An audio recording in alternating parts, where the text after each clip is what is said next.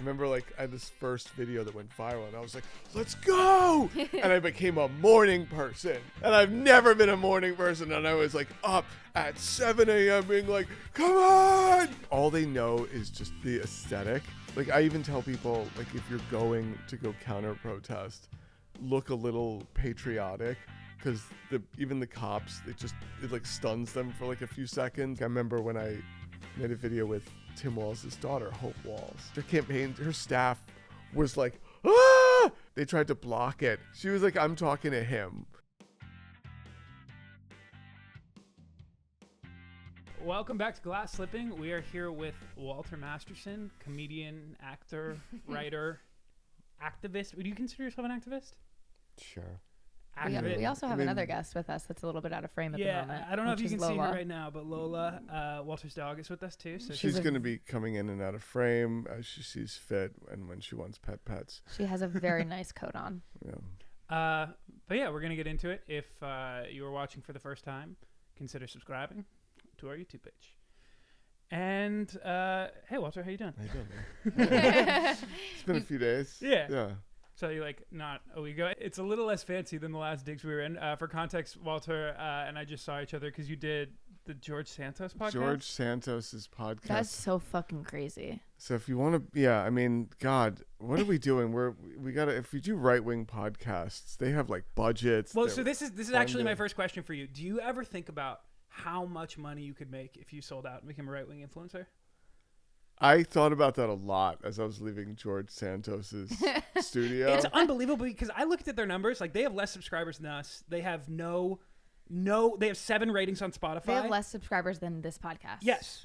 And here she is. They have like 9 employees. Hi. They have a studio. They have like full staff. Like it is unbelievable. Dedicated studio in downtown financial district, Manhattan, and like full staff, and engineer, production. Like he publicly doesn't have money. Like he owes the state a shit ton of money. So like somewhere there's like right wing billionaire, millionaire money funding that. But all this to say, like I feel like if you decided to, oh God, you could really cash in up.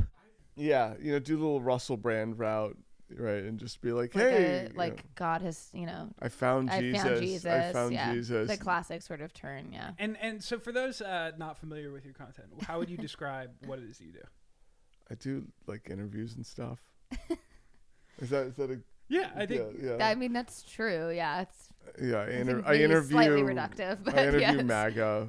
I interview MAGA. I mean, yeah. If anyone's been following me for a while, you'll definitely know Walter, just because we spent a couple years shooting pretty consistently. But it's a lot of like man on the street style interviews, comedy sketches, like real man on the street stuff. None of this, newbie. None of this. Would you rather have sex with your mom or like like gay son or Christ. thought wife, thing? No, none of that. No. So how I kind of want to just go through the backstory of because you like have training as an actor. Like how did you find your way into influencer world? Oh God, that was like the same way you did. Sort of, we met during the pandemic when I was like just coming up, and it was the thing of the improv studio where I worked out my craft was shut down. There's no acting classes. There was no auditions. I was like, oh, just make video, make content. And then, well, and you had been grinding on like the actor side for a long time. Like, what was that like to then have? Because I remember the first thing of you really starting to hit was just like getting coffee and yelling at Trump Tower. Like, how did that feel? Doing like your actor life, your comedy life, and then having that. Yeah, it was on TikTok. Like in like what 2020? 2020. Yeah, pre making fun of I got famous criticizing Trump for his TikTok ban. In 2020. That's how Walter and I met, was at a protest I think you organized in front of Trump Tower. Yeah. About like it was just a bunch of TikTokers who were like making political content who came and to protest Trump's potential TikTok ban. Wow. Yeah. Full circle. We've really come all the way around, haven't we? Yeah, and here we are. Yeah, and then when Trump saved it, I was like, oh right, yes, Trump saved it. Yeah. So that's when we met at that protest. And it was just kind of funny. We realized we lived like 2 blocks from each other, started shooting pretty consistently every day. And then the FBI used your address to find me after January 6th. It was Walter and I were shooting in my apartment, and the FBI came to my house. That was super fun. I remember that. We had a nice interview with the FBI. And I remember you being like, the FBI's at my door, actually. Yeah. Well, actually, when you guys were at the Capitol that day, I was not following along. Like, I don't know if I was doing something and I wasn't like watching TV or on my phone. I think I was teaching a class. Actually, I was teaching a master class, and my mom called me, and my mom was like, "Is Peter okay?" And I was like, "What are you talking about?" And she was like, "He's at the Capitol." I was like, "What? Peter Scatini?" And she was like, "Yeah." She was like, "I'm watching his Instagram story. Like, you should call him and like make sure he's okay." And I was like, "Okay, like what the fuck?" So I like go on Instagram and I'm like looking through your story, and I was like, "Oh my God, I texted you." And I was like, "Are you well?" Because I like started checking in at the time where it started to look like it was getting really fucking dicey. So I was like, "Are you okay?" And you were like, "Honestly, no, I'm not. I have to get out of here." I was like, "Yeah, hi." I was like, "Yeah, leave immediately." My mom's like freaking out, like calling me like 3 or 4 times as she's watching the TV, because the only person, well, hopefully the only person she knows that is there is you. And she's like freaking out. For context, the reason Walter and I ended up at the Capitol on January 6th was we had been shooting pretty much, if not every day, like every other day in New York, like putting out sketches, putting out random comedy stuff, going and shooting in front of Fox News, pretending to be reporters, whatever. And Walter had gone to like 2 Trump rallies before that. Yeah. And like Only it was just 2? well, because at that point that's crazy. At that point we weren't doing that much interview content. It was mostly sketches. And Walter had gone with Jolly Good Ginger to 2 previous rallies and had been like, "Oh, it's actually like a really cool like way to be making content and a different way to have a conversation." And then Jolly couldn't go. And so for like 2 weeks, Walter was like, "Come with me to this rally. It's gonna be crazy. I have a feeling it's gonna be crazy." Well, yeah, we didn't know it was gonna be. You didn't know what it was just the Stop the Steal rally. It was like another big Trump thing. It was like it's gonna be hilarious. Right. And I remember because I was home for the holidays, and my parents were like, "Don't go to that. Don't do that." And I eventually. You won me over. You were like, no, we're going to drive up. We're going to have the day. We're going to make a bunch of content. It was like a little Rick and Morty, like in and out, you know, new adventure, in and out. Like, real meanwhile, quick. while we're on the way there. You guys actually do have like sort of a Rick and Morty dynamic, which is quite funny. But Walter also was just like training me how to be like, he was like, if we see the Proud Boys, you don't fuck with that. Like, we're. I had my rules at the time. I was like, I don't interview them. You don't fuck with the Proud Boys? I don't interview them just because like every time you see them, it's never just one. You talk to one and then suddenly like 10 There's more 10 and them. 20 more materialize and you're like, well, at the time we were being much more subversive about like our identities. We were pretending to be CNN. We were pretending to be OAN. So it felt Didn't like. you guys get slapped with a lawsuit from OAN? Yeah, they threatened. They threatened. They give us a cease and desist. The lawsuit itself, I can't remember. I remember getting a lawyer from TikTok and him getting it dismissed. But I don't really remember. I remember they tried to take down our content. Well, they got the videos taken down. Like because my video was going is that even, like, really is that viral. Legal? Like, it was getting like. Can you get in trouble for impersonating a They newscaster? got it taken down for like 2 weeks on the basis of like copyright infringement, saying that we were impersonating them. But under parody law, we were covered. But what they were able to do, like my video was getting like 20,000 views an hour. It was like at 400,000 views. It was going to hit 1 million within like a day and a half. And they just halted its momentum. They like it really did not look good for OAN, especially because everyone was like, "You guys are the real American patriots. You want our footage of us breaking into the Capitol?" Like, did they subpoena you for your footage? No, the FBI just asked for it. And like Walter, I didn't really. I was you like, didn't give him anything. No, I was like, everything's online. I was like, anything you need, right you after can the find on 2020 TikTok. protest too. I was like, I'm not about to give my hard drive to the fucking NYPD. No, fuck that. But I feel like because we put everything. I don't always cooperate with the FBI, but when I do. But also like I feel like it was right after 2020. I just like had such shitty experiences with the NYPD then, and so I was like, I'm good on that. You guys, they knew we weren't doing anything super malicious because we literally posted throughout the whole day and just like put our whole digital footprint online. So I just think everyone who was there got a visit from the FBI at some point. I'm sure. Mine came quicker than others. Yeah. That was kind of just, that was like, I was like, oh. Yeah, it was within the week, for sure. We were Yeah. shooting like later that week in my And apartment. I remember, because they couldn't find my address, so they went to your house. And I remember them telling me the address they thought they had for me. And I was like, oh, that's not my address. And you're like, thank I God. s- I And remember- I remember you being like, they're Thank God being they got like, my whatever the address. address was in like the East Village or where you had lived once, and you were like, good, that's it. That's totally it. You're like, Oh, that's correct. Yes, I'm Yeah, still yeah. residing My there. head hit the pillow like a rock that night. I was just like, blah. I was gonna Meanwhile, say, I was like, I have to move. The fucking NYPD knows where I live. No, You're like, I'm out. my favorite part of that interaction was your roommate scrambling to hide his bong. who was it? Andy. And I was like, dude, we're good. Don't worry about it. Like, That's they're not so here funny. for your like, You're like, half But a it gram also of was weed. at the Yeah. time where that week was the height of me getting like, I got my parents' address sent to me. I had like a bunch of like threats People coming in doxing because you, that video yeah. was blowing up, and I. Like they didn't come like in NYPD or FBI clothing. They were like three fucking grown men. Oh, just, like, in plain with clothes. hoodies. And I was oh like, my God, that's fucking. and I horrifying. literally looked through the thing, and they that were should like, be illegal. through the door, they say Peter Scatini and Walter Masterson, and I went, Oh no. and then I don't remember if I said something to the door, or eventually they were like, we're with law enforcement. I was like, okay. Oh my God, I still would not have opened the door.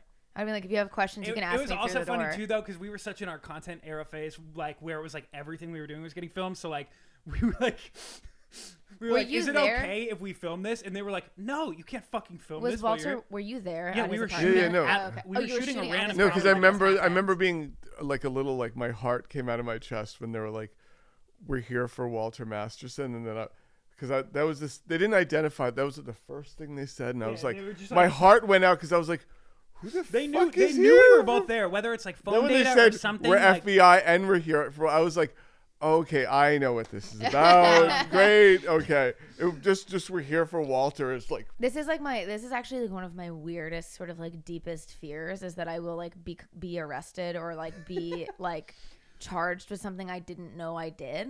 Like I didn't know was illegal. So that's like actually one of my biggest fears is like someone to be like, we're FBI, But we're then here it was for you. funny because like for a couple weeks afterwards, we were making content about it. They were like, do not make content about the fact that we visited you. And like within 30 seconds of them leaving, Walter's on live being like, the FBI just came and visited us. no. Because what can they do? They can't. Their do anything, right? reasoning was actually sound, but it's as if they said, well, you might get death threats. And that, I wish we had recorded that. Yeah. Because the two of us fell to pieces. We're like, oh no, not the death threats. Yeah. Like, oh, right, of course. Oh, God. I've been yeah. getting death threats all week already. Yeah, It was we'd been that. like, it had been so normalized. And that, I mean, this is like the golden era because right after J6, the death threats just dropped off to an all-time low because people suddenly felt like the president of the United States didn't have their back anymore. Yeah. And that if they were acting like terrorists, they weren't doing so on behalf of the Do president. you still get like what is the volume now that you get? Because like I think Of the death reason I threats? stopped making political content in a lot of ways was like the combo of death threats having to tell my parents I was getting them and that like they were getting their address sent. And then I remember one time when I lived in the East Village after I moved, in part because people were sending me my address, a random guy in like a fucking truck stuck his head out the window and was like, I know who you are, motherfucker. Fuck you. And then like fucking Oh my cut God, that's out from the horrifying. car. Oh, you off told of- me about that. and I was like 3 blocks from my apartment and I was like, I have to step back from This public is actually facing. kind of interesting to me because we have talked so much about just like we talked about so many different things in this podcast, but you've like never really gotten into this era of your life. No. And now you're sort of being forced to, which kind of rocks. Nice. But, Nice. But how often now? Because you're still like It- on the it fucking line happened- every day. I turned off a lot of DMs, so it's like harder for people to. There's like this select few that choose to DM me. Word. That like Does your family get anything? Well, because I know Katrina also does political content. she but just stepped into that sphere, and I was giving. Katrina's Walter's sister, for context. She also makes videos on TikTok. So I was giving her advice. I was like, okay, these are the services you need to pay for to scrub the internet of your personal information. Yeah. This is what I did. After the election, I had some friends that work in military intelligence that brag about how they can find anyone. I was like, great, find me. Well, yeah, mine was fucking easy too because my username included the street I lived on. So like, oh my God, it was like a pun based on the street I lived on. So Yeah. that one was a little bit my own That's doing. on you. Yeah, that one's on you. If they find But you, it's on actually, you. I think what helped me after that was it was such an obvious point, and so much of my public imaging was there that once I moved there, I think once I moved from there, everyone still just assumed if you search now, probably the address that still will come up is that address. I've gotten better about scrubbing shit, but I need someone to do that for me. But okay, so back to the death threats. Like, how consistently do you get that, and how consistently do you just get contentious, like people in the field? Okay, so here's the weird thing about doing this for a while. It's never what you think it's going to be. Like what people get upset about? It's never what you think. It's, I would say something, making fun of conservatives, making fun of MAGA, and just nothing. It's like, fine. And you're like, okay. And then I do, but then I'll do something random that shouldn't elicit death threats. Like when I started mocking Date Right, the Date Right stuff guy, Oh yeah. and making these parody videos, mocking his entire style, swarms. Oh, interesting. And I was like, why? People were Well, apoplectic. That makes sense though too to me because the style itself is like one-liners, two-liners, and it's why it's effective for like social media for getting likes, but it's also there's no chance for the nuance of it. People just take the take in and either like it or get fucking pissed. It's like there's no in between. And just watching you like shove like a burrito in your face or whatever you're doing with it, I feel like just makes it because you're so you do a really good job of appearing smug. Yeah. In a way that I think that is the thing. Because I always think of like that one video. Yeah. One of my favorite videos you have is the you in front of Planned Parenthood being like, "We hate women, we hate women." Yeah. Like joining the protesters essentially, and just the guy looking over at you and your like shit-eating grin is so fucking funny. Father Fidelis. People who don't know that, if you've seen that video, that is a Catholic priest, and he is like violently like grabbing me in the video. And I'm like, yeah, he's a priest. And not only that, like he is the most notorious anti-abortion. He has like gone to jail repeatedly because he will like go into a clinic and lock the doors, locking himself in. Oh my God. And crazy lunatic guy. So to like rankle him, I was like, Is there a specific kind of joy you get from that? Just like when you really hit that reaction? When I actually like got under his skin, that felt good to me. I was like, okay, he's a terrible person and he hates women, and like no one's ever like directly challenged him. He's always coming at everyone else. He's locking himself inside of abortion clinics and terrorizing everyone. It's never been like right at him. I was like, oh, this is good. Oh, that felt very good. I feel like from what I've seen of your content, you've taken like a bit of a turn recently, and the interviews have become like slightly more earnest. I don't know if that's the right word. Yeah, I had a new style. Started it before the election where I said like, I'm gonna have a serious conversation with you, and I'm gonna derail this when you want to derail it. Like, sure. If you're gonna say something off ridiculous, the wall, then I'm gonna swerve. Then it's comedy time. I'm gonna swerve off the road. I appreciate that too. Like this new style, I really like that you're leaning into. I feel like it's working fairly well. Well, like it leads to, I feel like, less interviews where especially just I'm like when I'm in this context now, it's usually as like a camera person. Like I am less afraid that it will become like whenever the trolling is happening or like the active like laying the bait for someone in the hook, it makes me nervous because it always feels like at any point this could unravel and someone could like do something start crazy. Fighting. Yeah. Especially because we've been in a couple contexts where people have wanted to fight. Oh yeah. And so versus like if you're having like an earnest discussion, people have been like, let's get into a fist fight. Yeah. Nice. But it happens much less often, and I also feel like people are much less likely to be like, oh, that was such a bullshit gotcha interview. If you're like, no, I'm just discussing with you, and well, and especially because you know your shit, you've been in the weeds of it for like 5 years, and then if they take it off the rails, you're like, okay, you want to play this game? I also play this game. Yeah, right. Like that. Yeah, like all right. I'm trying to have that fine line where like all right, we're gonna have a serious conversation, and then I'm gonna turn this into comedy when you want to turn it. yeah, like I'm gonna match energy. Yeah. You know, like Dragon Ball Z. Like, I also feel like people are hungry for people who actually know their shit and can push back, because a lot of people who have platforms maybe adjacently know their shit, or like are kind of researched but can't really, like, it's frustrating to watch because it's like, oh, if you knew this talking point or you knew this thing, this would make this conversation flow so much better. And because I feel like you've been in it for so long, like just there's a lot of, there's certain things, like when we're on George Santos's show, like he was throwing out stuff that I was like, this is like an anonymous TikTok account like trolling me, like this is good, this is easy, like I know this. If you've read YouTube comments, you know his this. talking points. I've been seeing a lot of your recent stuff on Hassan Piker, which has been so crazy, where like James will play it in the background and I'll be like, is that Walter? Like, like Walter's content coming up on Hassan, and it's been interesting.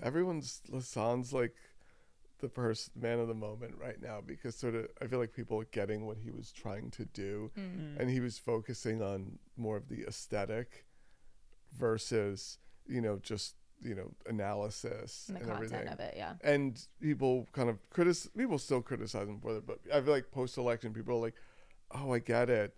Like a lot of these right-wing, grifters and stuff, they're like, it's just about this lifestyle and aesthetic for them. They're not really getting into the weeds of it. The weeds of like analysis and, and all that. Like Fresh and Fit is not like, breaking down, why capitalism breeds innovation. Right.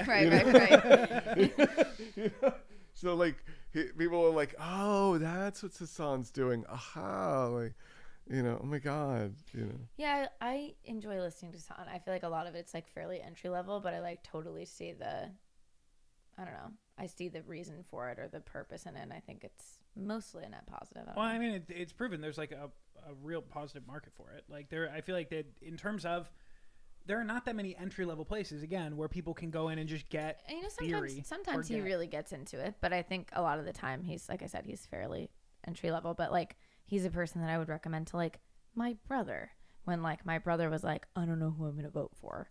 That was a funny, because I'd be canvassing and be working with these groups, and they're like, we're gonna talk to the undecideds, and I'd be like, these people are not undecided. They've made a decision a while ago.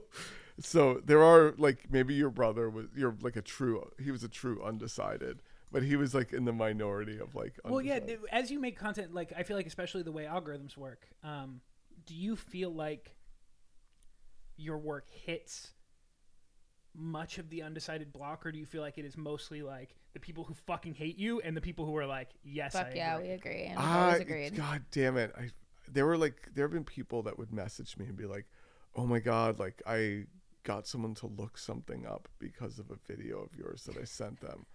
And I was like, oh, like, okay, like, wow. Yeah. Shit. I was like, oh. Well, I just remember too, we would be filming videos where like pre-election in 2020, it was really easy because everyone has like a singular opposition force. And then I remember afterwards, we would make like one video that was semi-critical of Joe Biden, and it was unbelievable. Like I feel like amongst the like liberal audience that we had cultivated, people would just fucking flip out. They could not, and this was after he'd been elected, and we were like, no, we're just talking about like the guy in power right now. I mean, do you feel like the audience that you cultivated was like primarily like liberals, or like would you call? Oh God, it depends on the platform. Like on Twitter, I had this whole total neoliberal fan base, and it was all my followers, because like after October 7th, when I would just even hint that I would like a ceasefire, my own followers were just like rabid, like how dare you, like they all deserve to die. Are you still on Twitter? Because I would imagine a lot of those neoliberals escaped to Blue Sky. Like I feel like it's pretty funny how much like all of the neoliberal followers I had from like that era of my content have all left Twitter. I feel like I have a fairly leftist following on Twitter. I don't know. I don't have a lot of neolibs, I don't think. I lost a lot of them, so I had to. It was funny. Like I posted something I went on Blue Sky after the election. I posted something like about the TikTok ban, my theory about the TikTok ban was that this is like APAC related. APAC wanted TikTok banned, right? Because you remember that tape, that audio from the Apartheid Defense League saying we have a TikTok problem. Right. So they wanted to come. I've just said this. And then the comments were like, oh, I forgot why I unfollowed you on Twitter. That's so funny. That's like Blue Sky seems like the perfect place that would happen. I was like, what is this APAC, bro? Like, do you still feel the need to, like, are you using Blue Sky? Do you feel the need to cultivate a following there? Like, God, I do it just because I'm just still traumatized from our first TikTok ban. My first TikTok ban, right? Like, I was war stories. I was like at the time when I was just gaining a following, and then they're like, we're gonna shut the app down tomorrow, and I was like, fuck me, like, come on, like, give it a few more months. Yeah. So in my head I'm always like, all right, just make sure that this is spread across multiple platforms so that, like, you've been nothing could. You were making content before TikTok, right? Because weren't you also like doing stuff in LA in the Vine era and stuff like that? Or I started and then I stopped. I started and then I became disgusted with social media and I stopped. And for I was context, disgusted for the right reason. Yeah, because you grew up here in New York. How long were you in LA for? I was just in LA. Like, I would be there sporadically to do projects and everything.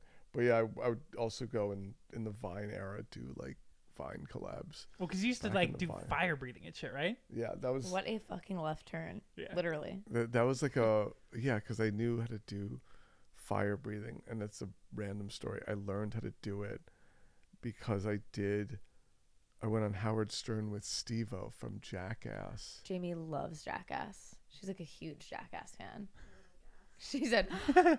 So I had like a mutual friend, and I had a mutual friend with Steve-O, and it's like, it's this little TMI, but like all of us were sober.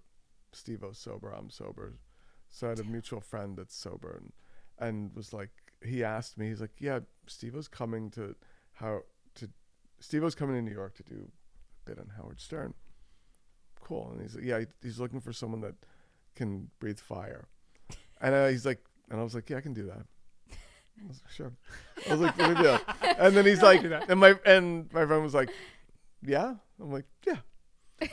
So quick Google. Yeah, like, he texts Steve-O. Steve-O's like, cool, like, send me a video. And I was like, cool, I'll send a video. Let me just go make that video. Like, left. Went to my friend's house. I really just watched it online. I was like, oh, okay. God bless YouTube.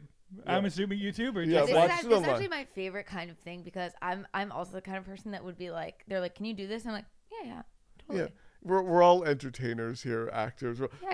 It's just like, yeah, sure. Like, can you play the cello? I'm like, yeah, absolutely. That's how I learned to blow smoke rings. Was randomly my agents when I first moved to New York were like, it was like a Pete Davidson movie, and they were looking for someone who could do tricks with like vapor smoke. And I was like, yeah, I can do that.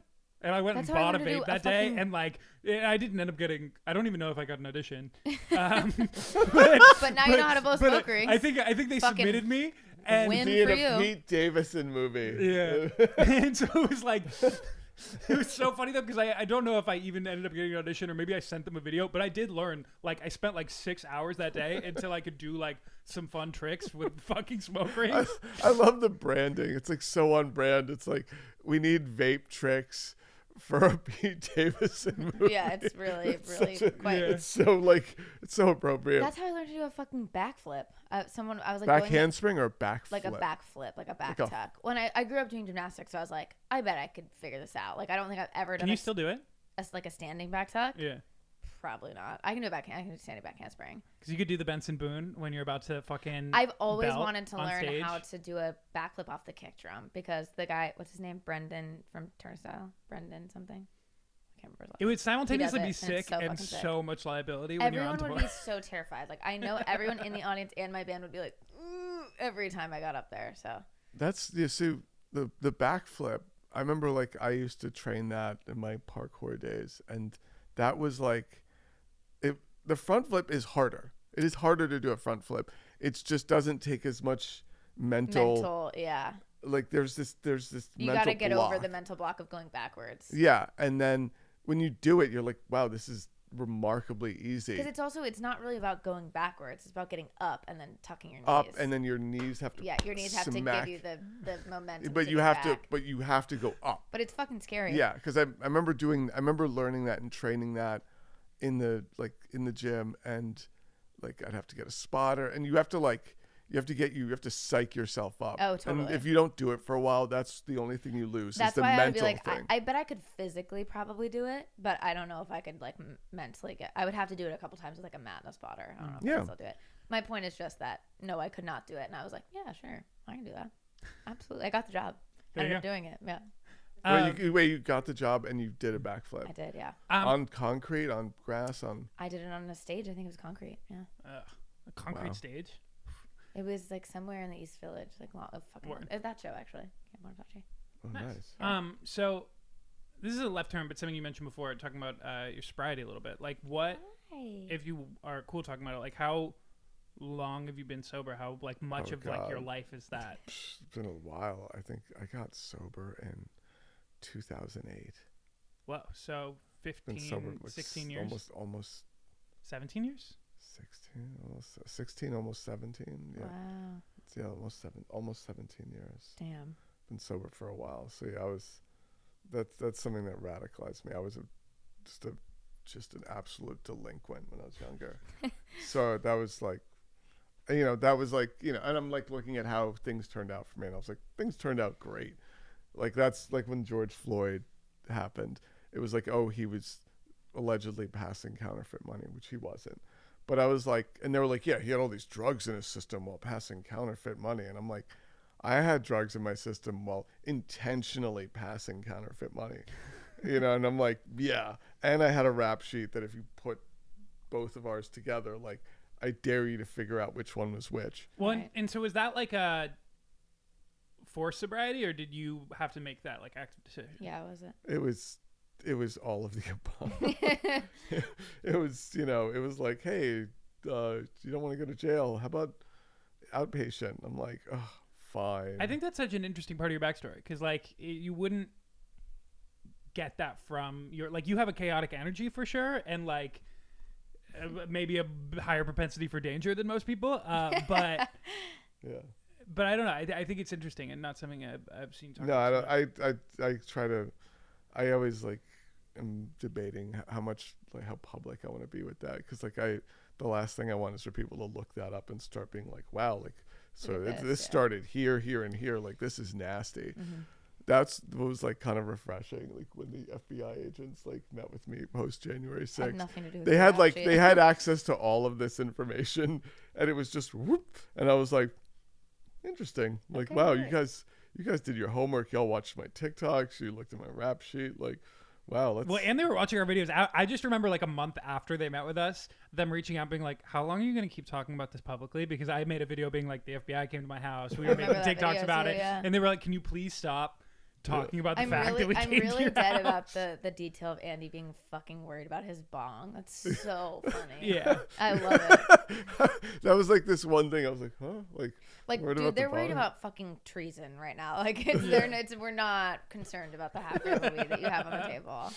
You know, talking about like fucking extradition. Like, it's not it's not what we're concerned about. How do you feel about, this is kind of getting back to the January 6th shit, but just because it's now in the modern day, about like the pardons and shit? Do you care? That floored me. I was just so pissed about that, especially since there was like this conspiracy theory where it showed us in this video about to go to Capitol Hill. Oh yeah, well, that happens every 6 or 8 months. There's a video I cut as promo for like my long form video that we did, and it's just me and Walter acknowledging that we're like gonna go pretend to be news agencies.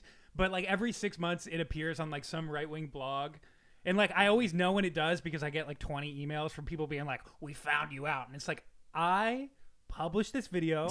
Walter and I on my page, like hour-long documentaries up of our entire day. It's like, oh my god, you got us. Like, whoa, fucking detective. Yeah.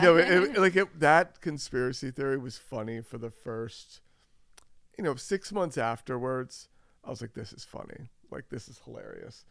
And then it kept resurfacing, and then finally, General Flynn like shared that video. I forgot about that. And so like then USA Today. Shout out General Flynn. Yeah, Associated Press, Reuters reached out to me for comment, and the timing. I just need to give you context for the timing of it.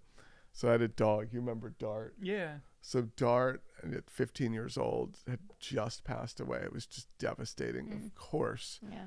And I was just like a mess. And I get all these emails from USA Today, Reuters, Associated Press.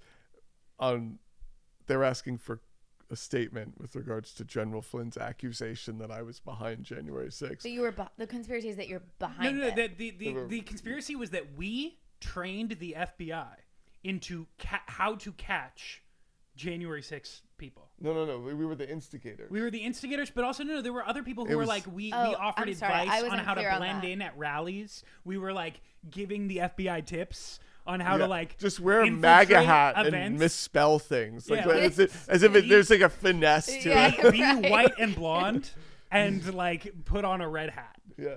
That's it. Yeah. It's not that hard. That is fucking crazy. I did not know that that's the conspiracy that we were referring to. So that was the conspiracy. And it had resurfaced so many times, but this time Reuters and all of them were contacting me about it. And I was just not having it. So I sent them all this like confession of how I was behind January 6th. I'm like, listen, you got me.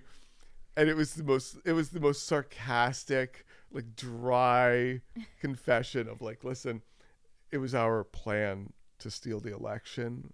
We wanted to steal the election and of course give majority power to Manchin and Kristen Sinema, famous communists. And like we weren't, like we... Did they run any of it? Obviously they didn't print it. They did not, and I was like, God damn all of you. I think in those instances, because I would always send like the most vanilla, like, our content is online, we published all of this, it's really clear if you just watch it, and that usually would be the lines that got published in those articles, because I would just be like, no, we did not instigate the Capitol riot. Your threshold of like what scares you or like what gives you pause has that is grown. Funny because I was like in this like little creator house like leading up to the election. There was this like bunch of like political influencers. We were going out and canvassing and getting interviews and everything, and I didn't realize, you don't realize it until you're with other creators. And I remember like I was at this game in Pittsburgh and I was screaming how we're gonna elect Trump, we're gonna get rid of overtime, and then this dude gets in my face who's like this salt of the earth trade unionist guy was like, I like my overtime, you're gonna take away my... And he was about to throw hands, and meanwhile I was like, oh, this is great content, like this is good content. And and we hugged it out because I was explaining the thing, and it became like a great video. You filmed you explaining that you're like, oh, this is so I was like, listen, I was like, great, you like overtime, great, who are you voting for? Kamala. And how is she going to be better for unions and for labor? Oh, that's and he explained awesome. it. He explained it, and he's like, well, no, she's going to be totally better for labor. What are you talking about? Bro, come here. And they had that like, that's and awesome. I was like, oh, this is amazing. Great interview. But then I look at the other creators, and they were like, shocked. They were like, he was about to hit you. Well, yeah. And I was like, oh yeah, no, that... I was like, all the time. oh yeah, no, but I feel that too, even just being your cameraman sometimes. Where, like, I remember that that video that went mega viral that we got in maybe Union Square or whatever, the Dunning-Kruger guy. But he literally was ready to throw hands, like he wanted to fight, and I was so uncomfortable. I was like filming, and I was like, my job is essentially just to like stand here and film and get a wide shot. But like I was ready to cut like 4 times, but Walter just leaned in. Kept going, kept being like, the guy was like, oh, well, Dunning-Kruger, that means I'm an idiot, right? And Walter was like, yes. 2 inches from his face, being like, you are an idiot. And like, the dude was ready to fight. But it is interesting, that instinct, because like, at that point, I was ready to be like, okay, we're good for the day. And Walter was like, nope, there's a clip in here. I'm about to get this motherfucker. And like, I mean, that was the most instigative thing, because I went to an anti-vax rally holding a CNN mic, because I wanted people to show up like just inflamed. And this guy did it. He was like, you're from CNN, and just came in like at a 10. And just, and so I was like, oh, this is amazing. And my plan was to just lean into every conspiracy. Has anybody ever hit you?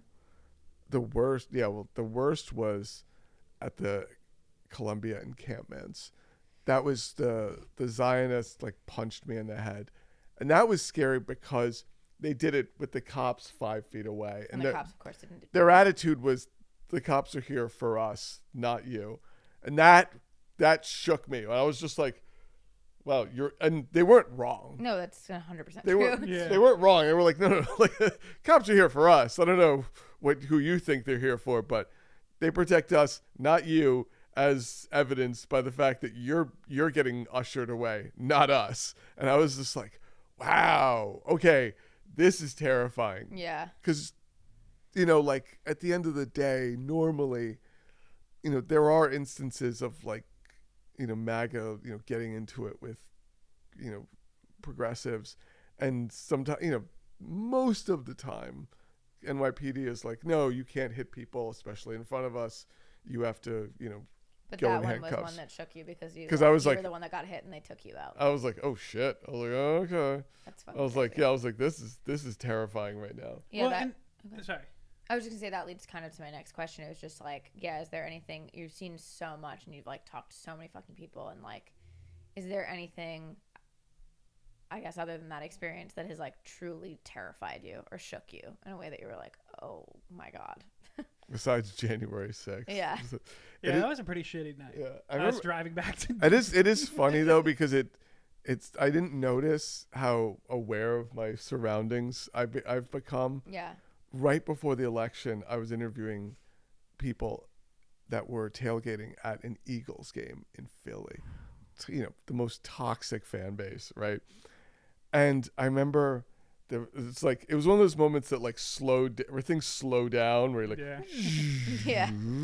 So this one dude, like total MAGA asshole, like white dude, my size, and these like 2 larger guys, black guys. And he was like hostile to them until he realized that they were all on the same side. And I was like, Jesus. And they start talking about how they're not voting for Kamala because she's a woman and she gets her period. And, she's going to be incapacitated while she's having her period.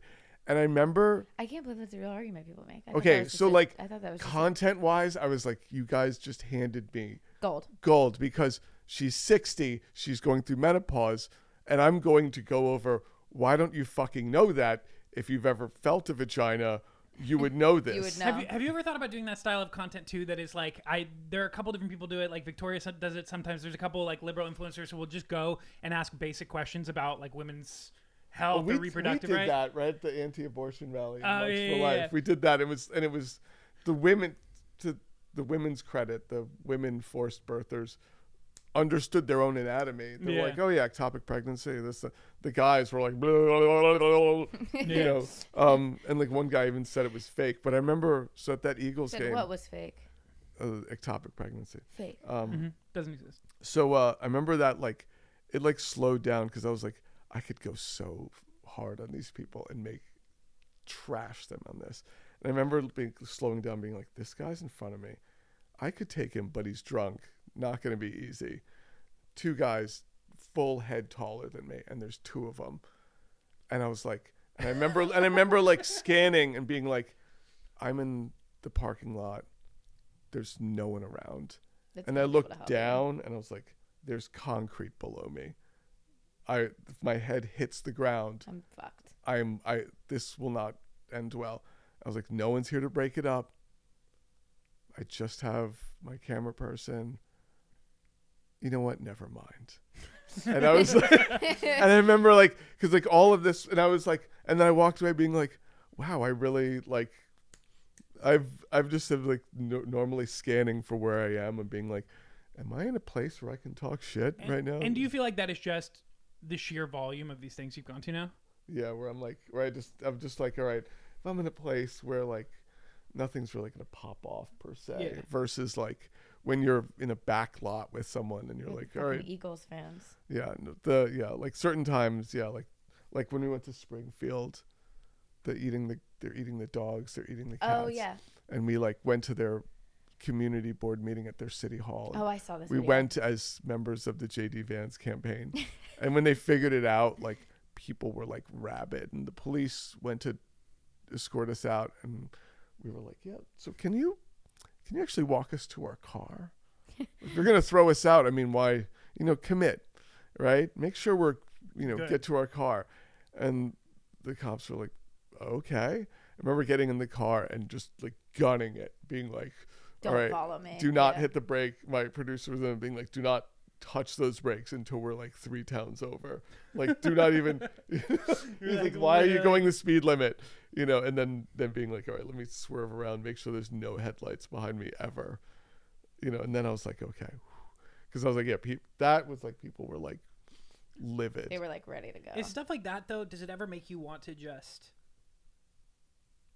like find a less contentious way to go about getting your content? Oh, absolutely, yeah. And like, so I'm like, I envy these people that just sit in their basement and make content. I'm like, you can do that. yeah, have you ever considered doing the live streaming thing, or like Hassan Piker, where I'm like, he just sits there and he just fucking talks, and he's like one of the biggest influencers. I will say, as a leftist influencer, it basically makes you like cancel proof. If you never leave your house, you're just doing like, you could say some crazy shit like the 9/11 shit or whatever, but like, it makes it a lot harder for anything to happen if you're like, no, I'm at my computer 9 hours a day. Canceling. I mean, honestly, like, what the fuck is that anymore? Yeah, it's nothing. I feel like people, like, it's honestly. I don't know anyone who's actually been canceled. You do something and then no one remembers it 2 days later. Yeah, the news cycle moves so fast. Yeah, and then you can make your right wing pivot. There are like musicians that I know that have been like canceled, where it's like there are people that still to this day, even if it's something that happened 15 years ago, that will still go fucking hard online, and yet those people still sell out Red Rocks. So it's like, you didn't get canceled. You have like an army of a few kids who are gonna, and to be fair, like the people that I'm thinking about should never. No, this was justified. Yeah.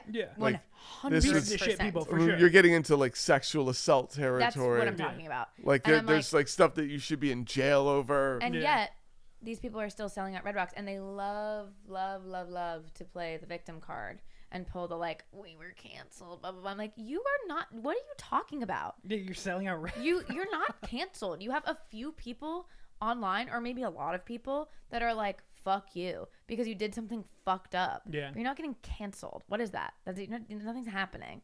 Your career hasn't been affected by this. Yeah. Virtually, Yeah, no, it's always like a thing. Is that? Yeah, whenever I'm being like ratioed for something, I've always like walked around and being like, wait, no one knows this. Yeah. Like this exists in one sphere. And then that's it. Well, and it's weird though too, because with those silos, like on the days where it's like, 5 news publications have come out with this like whatever thing, the General Flint thing, or whatever, it can be really overwhelming if you were just in your phone.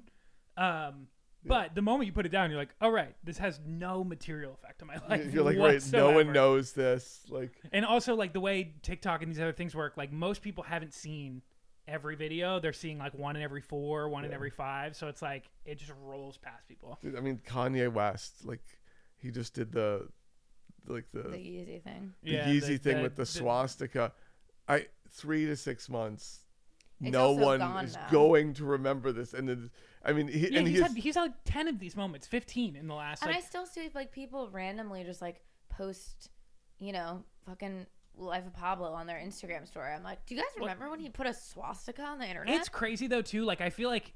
We were talking about this literally yesterday. T-shirt with a swastika on it? I don't know if there's anyone else who we've seen this like dealing with mental illness and crashing out this heavily in public, just consistently over like a 10-year period.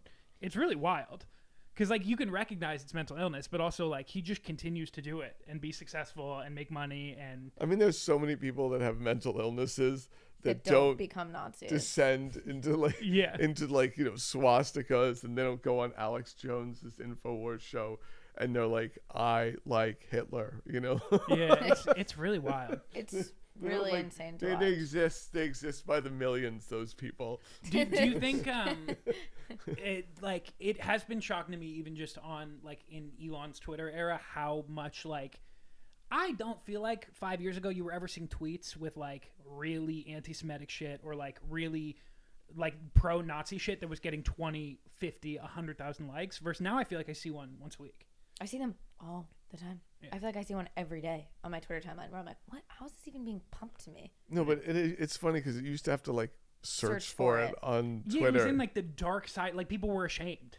And now I feel like it is just like not only brazen, but it's like, oh yeah, that got 50,000 likes and they made $200 off that tweet. Because like Elon like replied to it or something. He's like interesting or like or just fascinating. True. Like and it's like it's so crazy. Like with I've watched such a weird downturn on the internet, but particularly on Twitter. Like, you know, we were on tour we started tour the day after the election, which we always knew after that was booked. We were like, this is going to either be a fucking nightmare. This election. Yeah.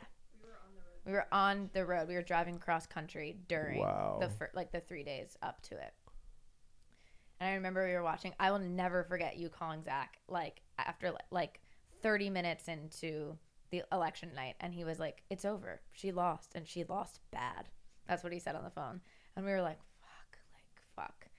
And it was just a weird thing because we were literally driving through the country and watching this sort of unfold.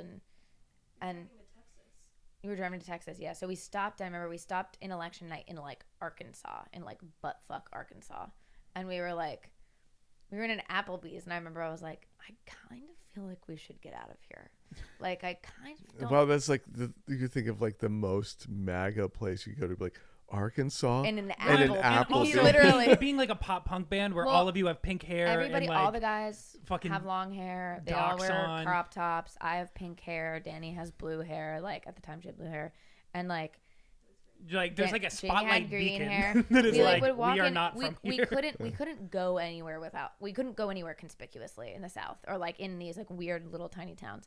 And I remember I walked into that Applebee's and I saw some kid had a Knocked Loose t-shirt on, and I was like, we're good. Everything's going to be fine. And I think we ended up leaving or whatever, and we watched that happen. And then the next day, the day after the election, I remember we stopped at that gas station in, I think, Tennessee. Stopped at a gas station. We pulled up, and immediately I'm just like, we should not fucking be here. And we have Matthias, who is Uruguayan and has hair down to his waist, and it's pink. And so he's the only brown person in our camp, and he looks a little fruity. And so we like got out of the van, all of us pile out of the van. The outdoor bathroom. Yep. And this guy in the MAGA hat with the open carry gun strapped to his hip comes up to me and he goes, or I think comes up to Matthias and he goes, where are you guys from? And immediately I'm like, no. And I was like, we're from New York. He goes, what are you doing down here? I remember he was like, why are your plates say Oregon? Yeah. And I was like, it's a rental. And he was like, all right. And I was like, okay. And he kind of kept like trying to probe me. And then there was another guy that got out of the car, same thing, MAGA hat, gun strapped to his hip. And I was like, okay. So Matthias is like, I'm going to go to the bathroom. And I'm like, okay. And there's bathrooms like outside. And they all, 3 or 4 of these men sort of just pile outside of the bathroom and are just kind of waiting outside of the bathroom. And I like was going to pee, ran over to James who's driving the van, and I was like, we need to get the fuck out of here literally right now. I was like, there's no shot. Matthias, we waited for Matthias. All 3 of the girls waited for Matthias to get out of the van. We like ran into the van and left. And I was like, something absolutely horrific was about to happen in that gas station. Absolutely no doubt in my mind. It was so crazy. But that scared the shit out of me, obviously, because I was like, all these motherfuckers have guns. All of them have guns. And that scared me. And I've noticed, like, in person, obviously, this uptick in like, sort of verbal aggression and verbal hate. But on the internet, it's, like, so much more prevalent, obviously. And, like... Well, yeah, people can hide behind a username. People can hide that. And they also feel empowered by the platforms. That shocks me less purely because I'm like, yeah, of course. You know, people have always been doing this. People are obsessed with doing this. And then when you see it in person, you're kind of like, I don't know. I always have this reaction where I'm like,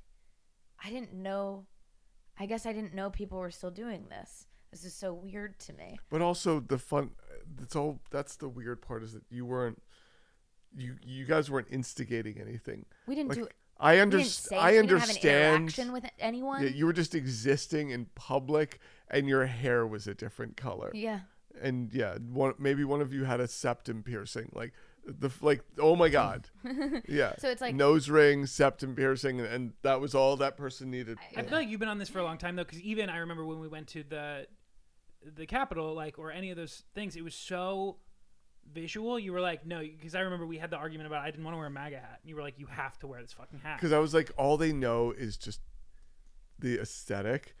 And I feel like if you just have the aesthetic, they just, like, even, like, I even tell people, like, if you're going to go counter protest, look a little patriotic, because even the cops, it like stuns them for like a few seconds, and that few seconds is like crucial in their reaction. Yeah, it's the difference between you getting like tear gassed or not. Yeah, like them like grabbing you versus like throwing you, and it's sort of because they're just like, because I remember there are certain times when like the cops were like, whose side is he on? Like I remember I saw it, I couldn't get this on tape, and I was like, God damn it! It's like this head guy, because I kept going back and forth because I kept getting thrown out by the MAGAs, and then going back to the LGBTQ side for like a drag story hour, and I was dressed, like I wasn't full MAGA, but I was like sort of adjacent-ish, and like the cops were just thoroughly confused. They're like, what do we do with him? Because they kept ping-ponging me. They're like, he's not on this side. No, go to that side. Do you still feel like you get that in New York? Because I feel like now, anytime we go shoot anywhere, like it feels like the cops are relatively familiar with your work. Or like, also, I will say, to Walter's credit, like if there's something going down in New York, like you're there. Oh, yeah. Like, and like, I feel like I'm like, oh, this is free. I don't need to get on a plane for this. Like, oh my God, this is like perfect. Well, because I feel like I've maybe been to like half or a quarter of those things, and I know a lot of the regular characters now. Like, I'm like, oh yeah, the gay for Trump's guy, or gays for Trump's guys here. Or, like, I knew way too many people. This was before the election. I was at this random place way outside of Philly, and it was this log cabin Republicans thing that I was going to go crash, and it was in some random hotel event space, and I got tossed, and I'm arguing with these guys that are having a cigarette outside. I was like, why are you here? They don't like you. These people don't like you. Why? And then they're like, no, that's not. And then this woman walks through, and I shouldn't have recognized her.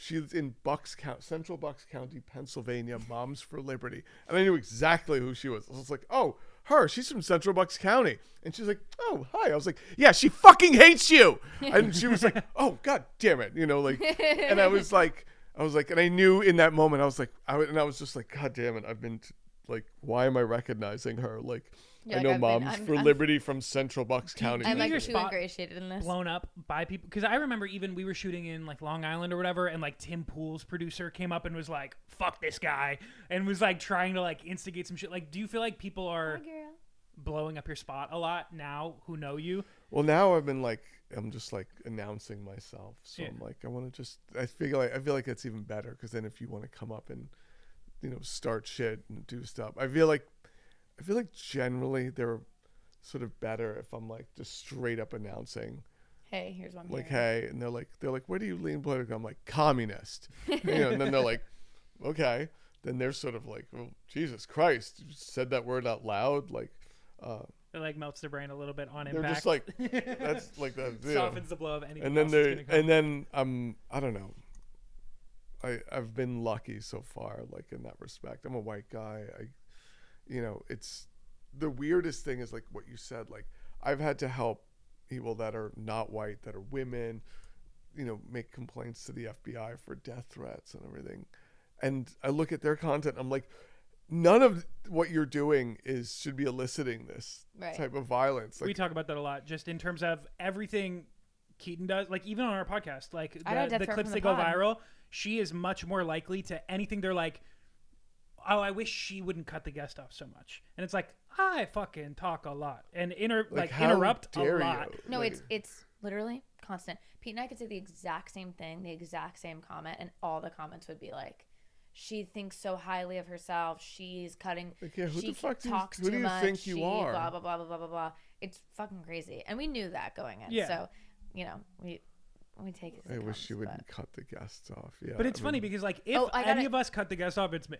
Like, it is 100%. I mean, I've definitely been guilty of it, but yeah, someone told me they were going to kill me if I kept interrupting the guests on Instagram. It was awesome. Super normal. And then every single time I would post anything. I could post like a selfie and they would be like, I'm gonna fucking kill you if you keep interrupting your guests. So I was like, oh my god, I'm just having a nice day. How much do you like the podcast if you're like that's a weird investment you don't in have the to show. Listen. Like, yeah, that's no what one's like, asking you to listen. It's like okay. they're purely invested on being like, you need to talk less, but I'm still gonna listen. That's such a weird investment in the show, though. Yeah. That was very weird. Like, I mean, if they're watching because of you, and like also because they like your music and stuff. So, but if they like me, they probably I don't know. There are a lot of leftists who are also like pretty. Like, I think a lot of people just don't like women, but I don't know. Yeah, people it's really a weird hate thing. women. It's like a very, very large margin of the internet. It's actually pretty crazy. Yeah, it's something we just kind of have to remember all the time. Whenever we go viral, we're like, oh, right, 30% of the Yeah, audience they just hate hates women. We had a friend, like a very, very dear friend of mine from college on the pod, and he's a black guy talking about his experience in theater. And he says something about an actor, and I just sort of gave like a follow-up question, like after he was done speaking. And everyone was accusing me of being racist. They And were like belittling his experience. I'm belittling his experience. I'm trying to get him to, I don't believe him, like all of these things. To the point where he had to get in the comments and be like, no. He was like, I just want to nip this in the bud. Like, he and I are very, very good friends. She's doing her job, which is to facilitate a conversation. yeah. And I was like, but they didn't stop. They still come. And it's like, wow, why am I so mad at that white girl? I'm like, oh, well, it's my funny too God. because we both ask follow-up questions in the interview, but it was only her that people were mad that she was like belittling him or whatever.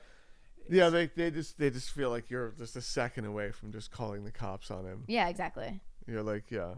I mean, yeah, well, that's just, I'm like, we've been friends for 12 years. I mean, white feminism just has really just done a number. Yeah. Don't get me wrong. Like, there are a lot of horrific white women out there. Do not get me wrong. But, like, Jamie is one of them. I'm just kidding.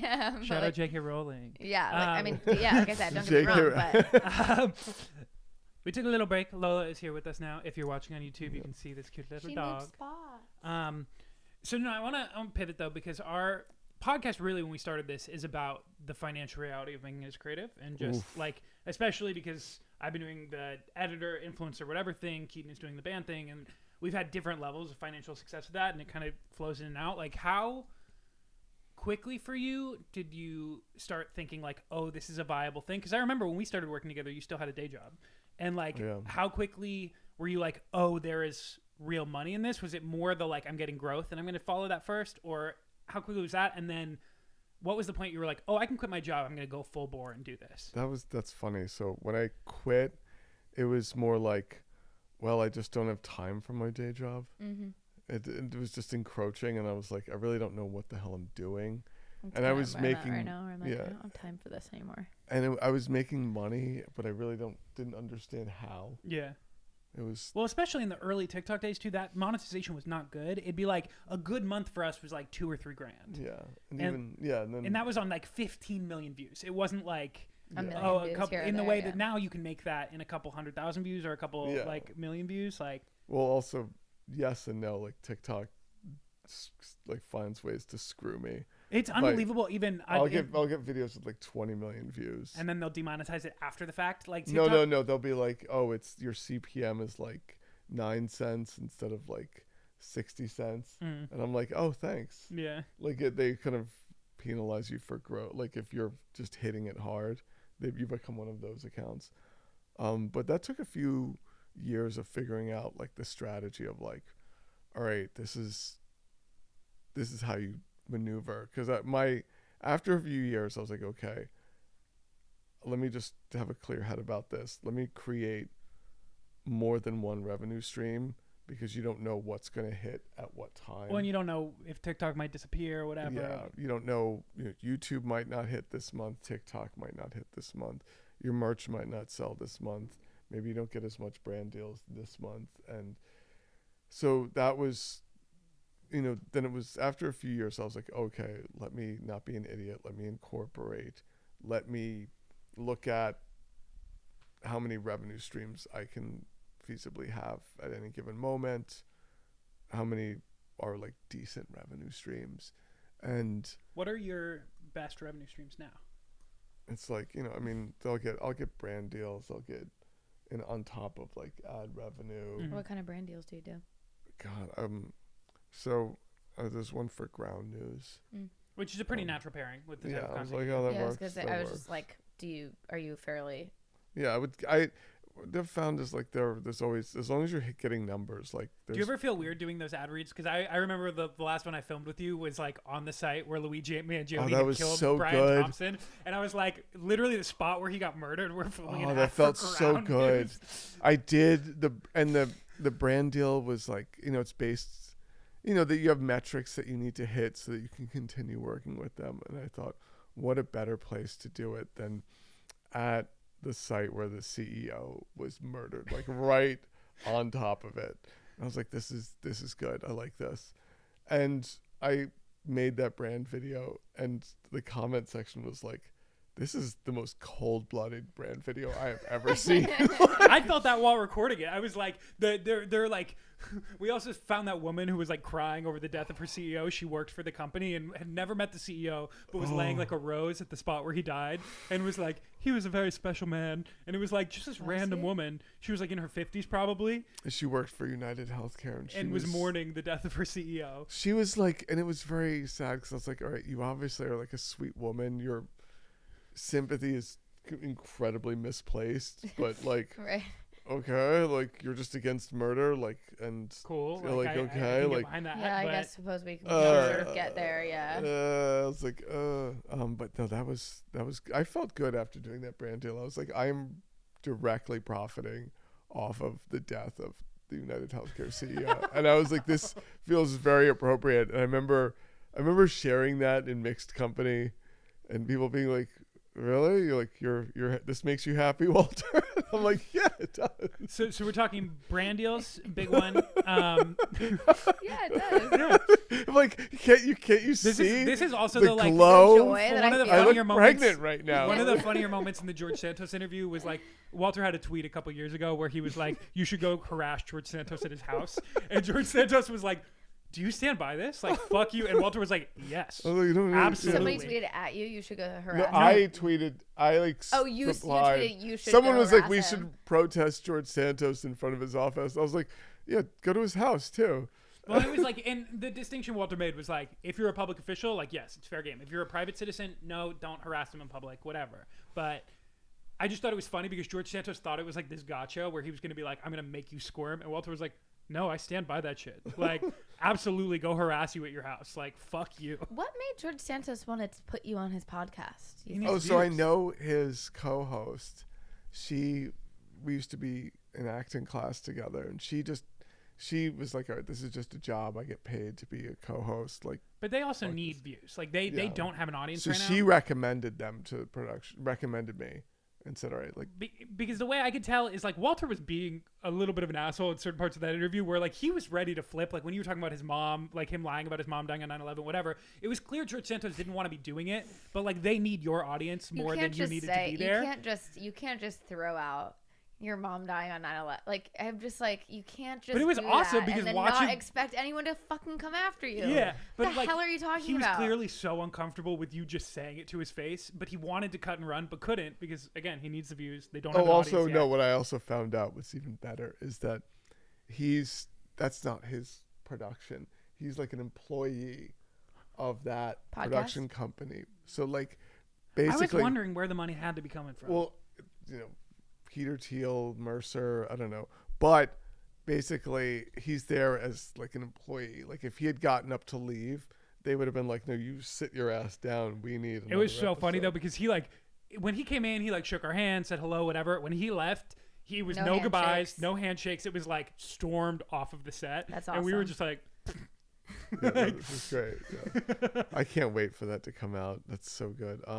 But yeah, no, with regards to making money in this, like that was like a learning curve of like, all right.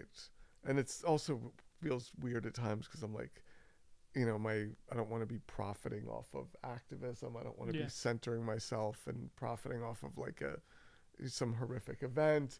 So let me, maneuver so that that's not happening.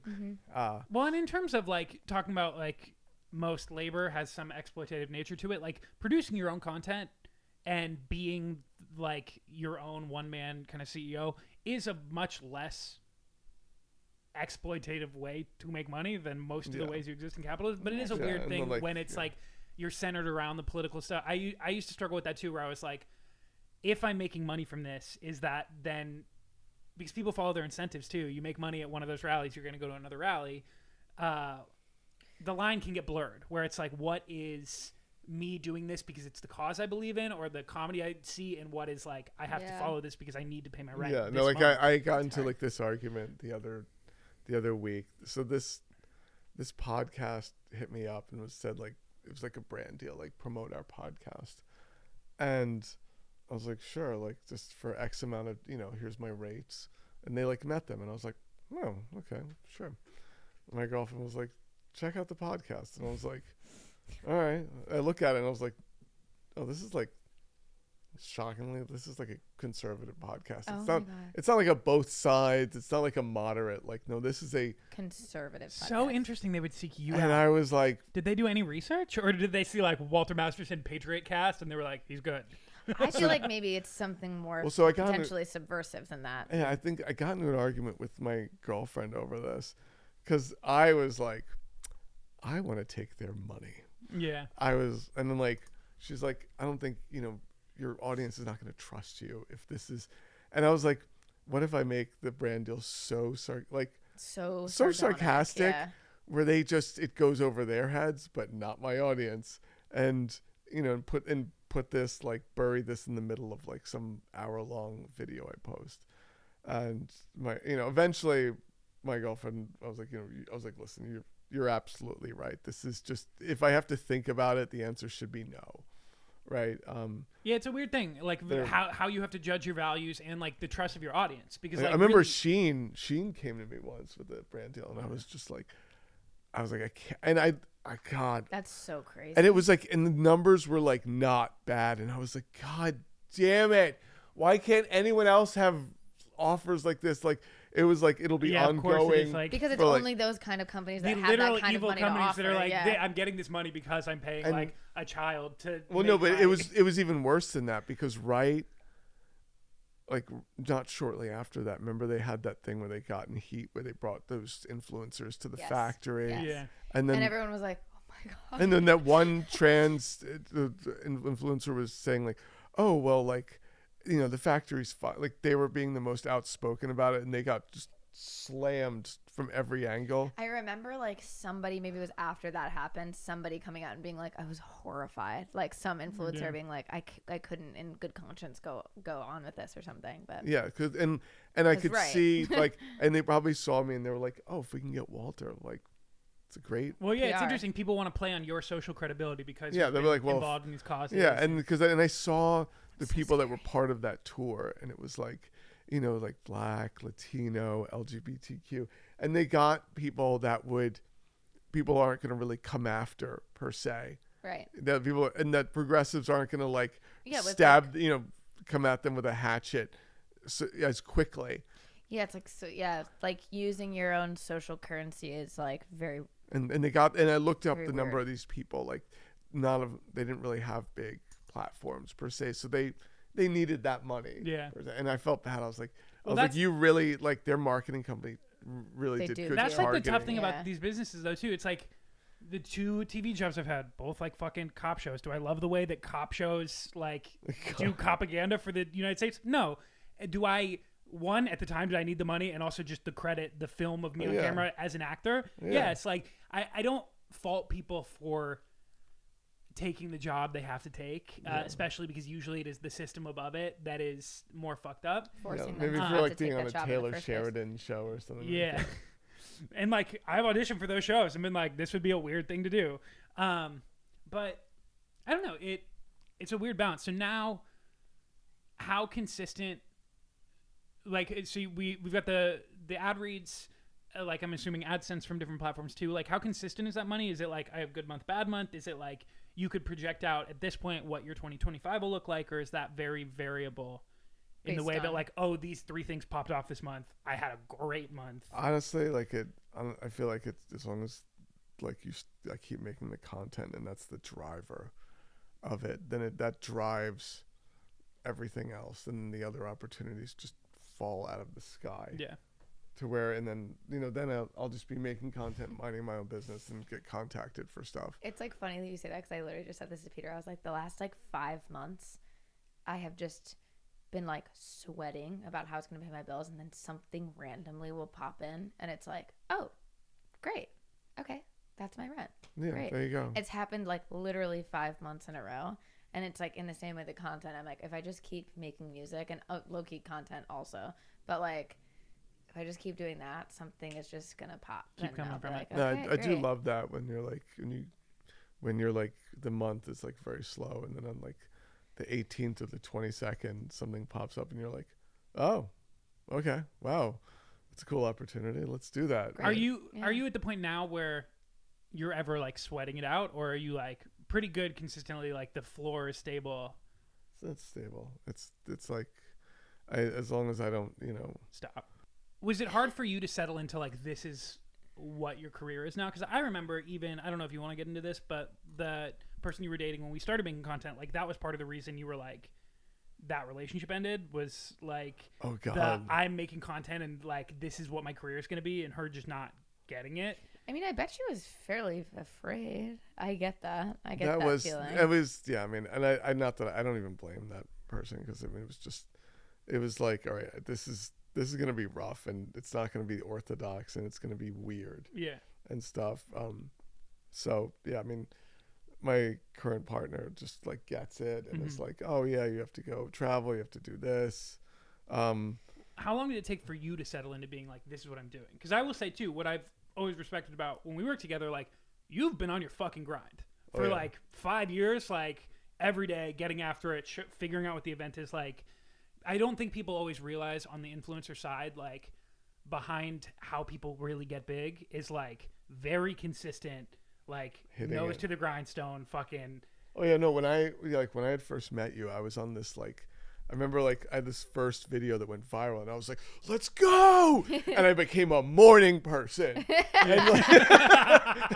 And I've never been a morning person, and I was like up at 7 a.m. being like, come on! That shit used to annoy me too, because I'm not a morning person, and Walter would be texting me at like 8 a.m. being like, all right, let's fucking shoot. And I'd be like, it'd be like 11:30, and I'd be like, okay, give me an hour, and then we can meet. Yeah, you were like... I didn't get up until 11 today, and Peter's texting me from out here, being like, "Hey, wake up." Yeah, I was like on this thing where like so like as soon as that like hit, I was like, "All right, this is my time." Like next, my time has come. Like I gotta if I got a viral video, I gotta follow that shit up with the next viral video, and then I went straight for like a year and a half, and then like around the time I met my partner is when like I was just crashing out, where like I was like, oh, you need a break, burning out. Yeah, like I had friends being like, dude, stop, like you're gonna have a breakdown. Well, yeah, because I feel like I hit that point like 6 months before you did, and that's why I just like fell off the face of the earth for a while. Like that was luckily, like when I met her, I was like, I was in break mode, so I took 3 months off from my mental health, and I was just like, and that was good. And so then that was the thing, because I was like on this just like straight up grind of like, even my followers were like, bro, you don't have to post every day, like chill. Like, we're worried about you, man. Like, yeah, just like that's how you know when your followers are like, are you sleeping? Like, oh my God, yeah, are you good? Oh, there she is. Oh my God, girl. Low bearded lizard. You feed her crickets?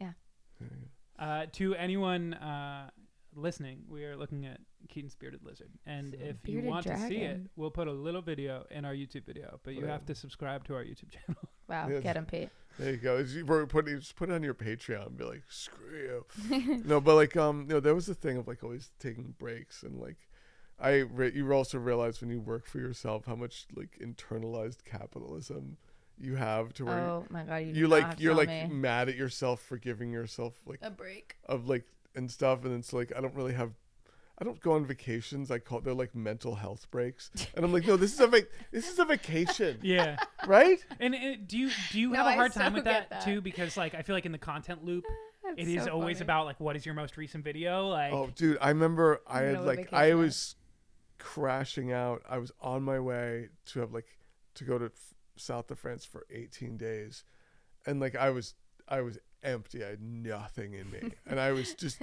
I had come from this rally from when Trump went to the South Bronx, and I was like why are there more than 10 Black and Latino men here? Like, there should not be. There's like a few hundred. There should. This is too many people. Something is horribly like wrong supporting here, white supremacy. This is upsetting. Yeah. And then so like I was like, okay, and I need a break. I remember going to the airport. A friend calls me, and she was like, "All right, I have an event. I'm gonna go hit up Justice Alito and his wife. We're gonna nail them." And I was like, "I'm on my way to the airport. I'm going to France." She's like, "I will pay for you to reschedule your ticket." And I was like, Wow. "Listen, I have nothing in me right now." Like I simply can't do it. I was like, I am done. And then like with content, like she went and made history because she went and had this conversation with Alito and his wife, taped the whole thing, and you got to see like how insane they sound. You were like, okay, Alito, so like Justice Alito sounds awful, and then his wife is like equally insane, and neither of them should be as powerful as neither of them like, should have any platform whatsoever, let alone a major hand in U.S. government they just policy. basically like admitted that they want America to return to godliness, and that they're basically, well, to be fair, same. Same. Yeah. So do I. So they Satanism and that was like I missed out on on doing that, but it was at the same time I was like, I got nothing. Like but yeah, there's been times when I missed out on stuff where I'm like after the election I took a massive break where I was like I got nothing. I was like, I feel like you've been hitting it again though lately. I started up again. I saw some of those again. That new format of just kind of like leaning into the conversation, then going to the trolling shit has been working. Like I saw a couple of those videos were really popping. Yeah, when I went to the inauguration of like, all right, the fucked up part is you're there all day. I'm there and it's 18 degrees, so I'm a little wonky. There was stuff I had to cut out because I was like, all right, I was way too nice and understanding. And there was stuff. I'm thinking about my coffee. There was certain. You're like not being a dick. You're like, I have to cut out me being nice. There were certain things. There were certain things that I could have just went in on. Like these three guys that are Nick Fuentes fans. They asked me what I thought about him, and I was like, oh, like what if I answered frankly, like, well, none of us like him, right? I mean, he's a great example of like a closeted gay man who hasn't really come to terms with his identity and is kind of fighting against it, and I just said it the most, and they actually like laughed like and like they actually like him, and I was like, oh wait, what? And I had to edit all of that out, and I was like, I should have gone into like, all right, your body, my choice. How is that? You're okay with this language? Oh my God, I just remembered that was so crazy because like I said, like with the internet, you see shit like that and you're like, I see it every day, and I see people telling me to kill myself. Like someone just Heiled Hitler in my fucking DMs like literally 10 minutes ago, and I'm like, so I'm never quite shocked by. You don't make like this, polarizing. No. Like, what the fuck are you doing? What are Heiling Hitler? Girl make music. Yeah. Well, how dare you? I posted like the Yeezy thing, and I literally were in the bathroom, and I showed Pete, and I was like, is this person Heiling Hitler in my DMs? And then we scrolled back, and he had like asked me some fucking weird question about my bra or something like that, and he was like, I think you should block that person. I was like, yeah.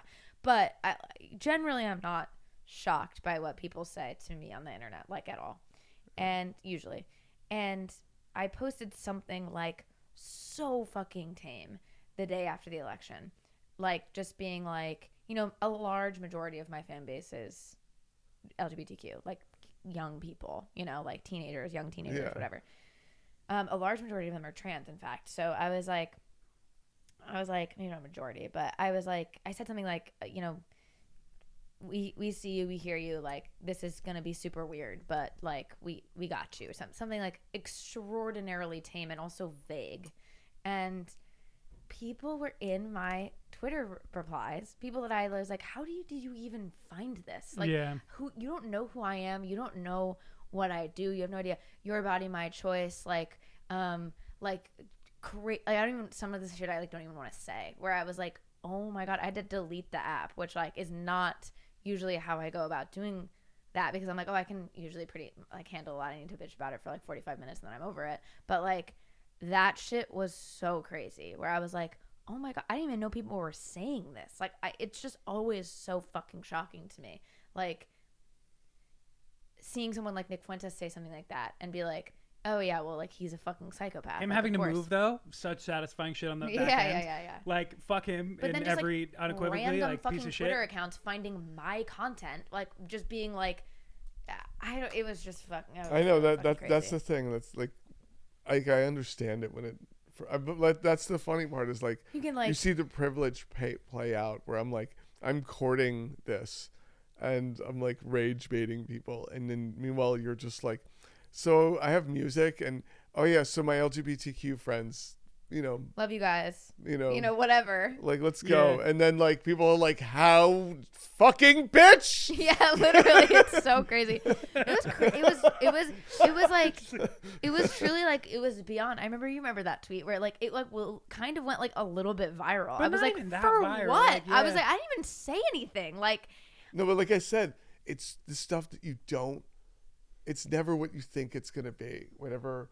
You'll say, there's times when you'll be like posting something and you'll be like, wow, I'm gonna get people are gonna be pissed off at this, and yeah, then and no it's one's pissed no off. one's pissed off. People are like, yeah, girl, slay, whatever. Like people were like, I hope you die in a ditch, like shit like that. I was like, what the fuck? The craziest one that I did, right? It was one of those unexpected things. I made this like date right, got it video where I talked about how. I was like, the same people that don't believe in climate change think that Noah's Ark was real, right? And like, like great, I love it. Fucking dope take. People were Lost like it.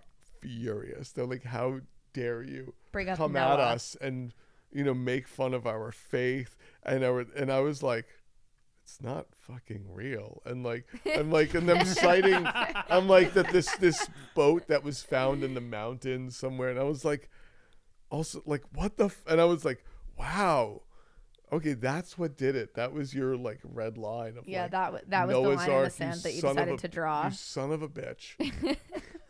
And then you see like their faces because they're like constantly like stitching my videos, and I'm just like, huh.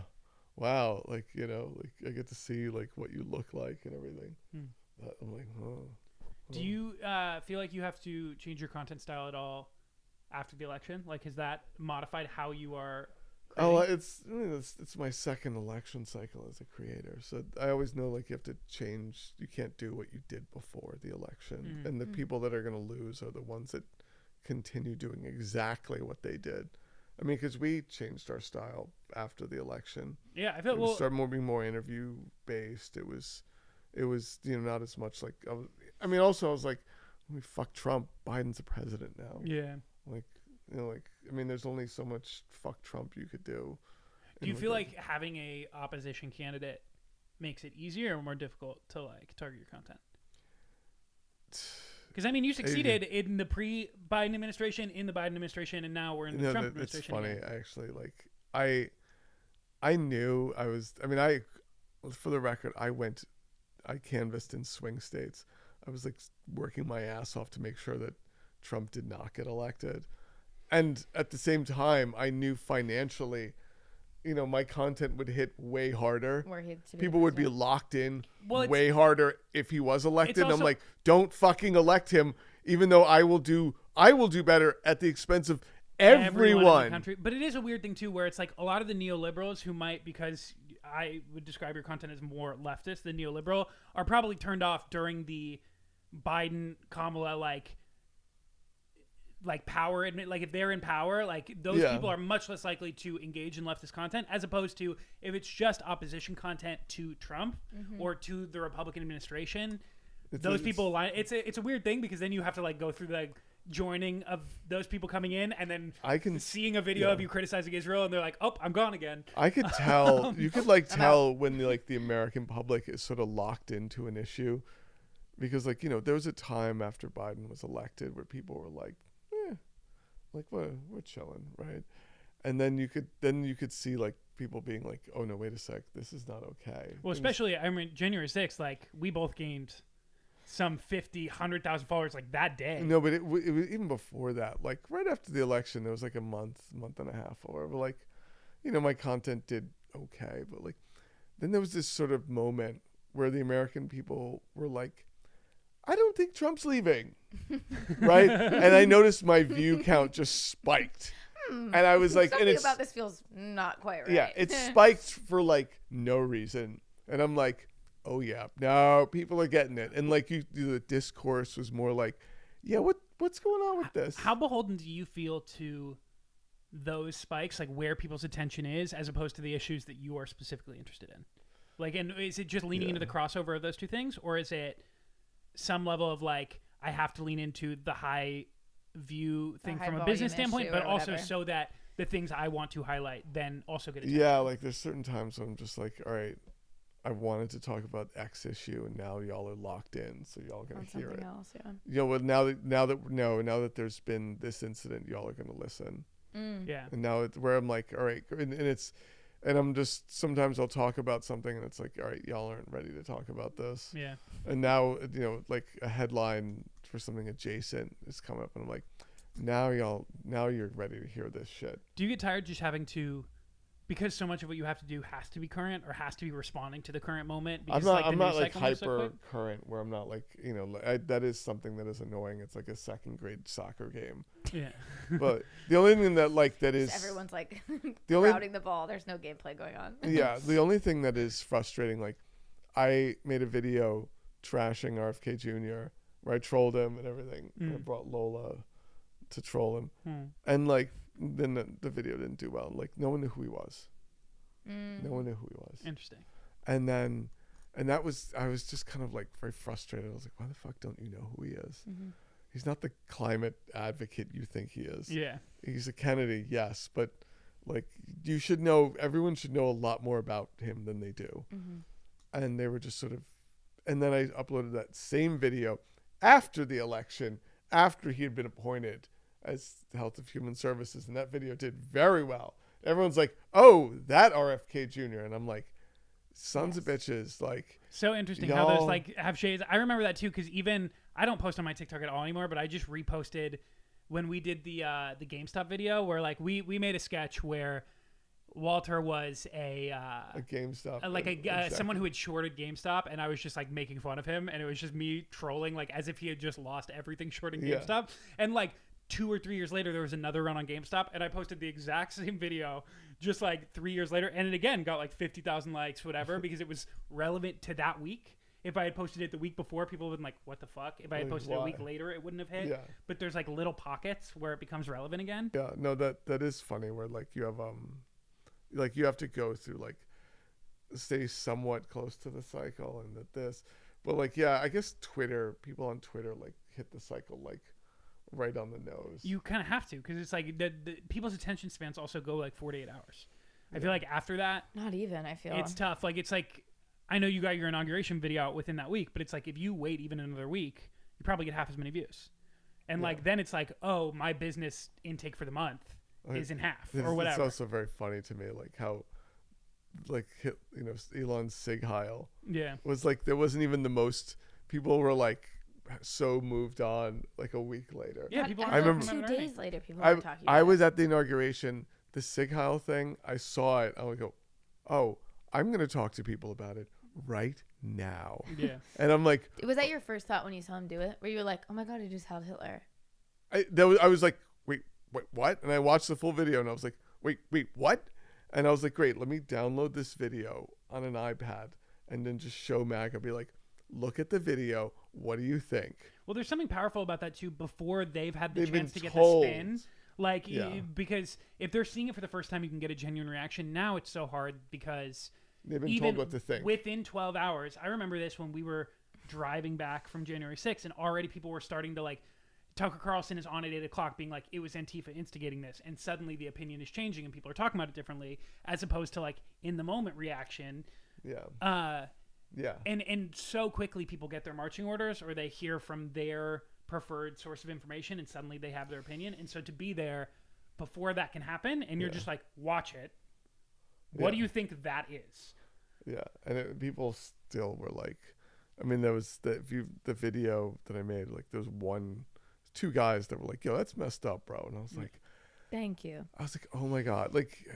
There's this theory about, I was just watching someone talk about this theory about, I can't remember exactly what the term is called, but it's like the thought ending cliche or something like that. Thought terminating cliche. Yeah. That cults use, right? To like, just end any sort of backlash or whatever. And it's like, if you can catch these people before they've had the chance to get out one of those thought terminating cliches being like, do your own research, or that's not whatever they're gonna say. Like, if you can catch them right before they're able to get there, like, you might get an interesting reaction out of them. But like, God forbid you get them after they've had the spin, or after they've had enough time to like, process it and then have some sort of immediate reaction or immediate comeback or whatever immediate cliche that comes out of them.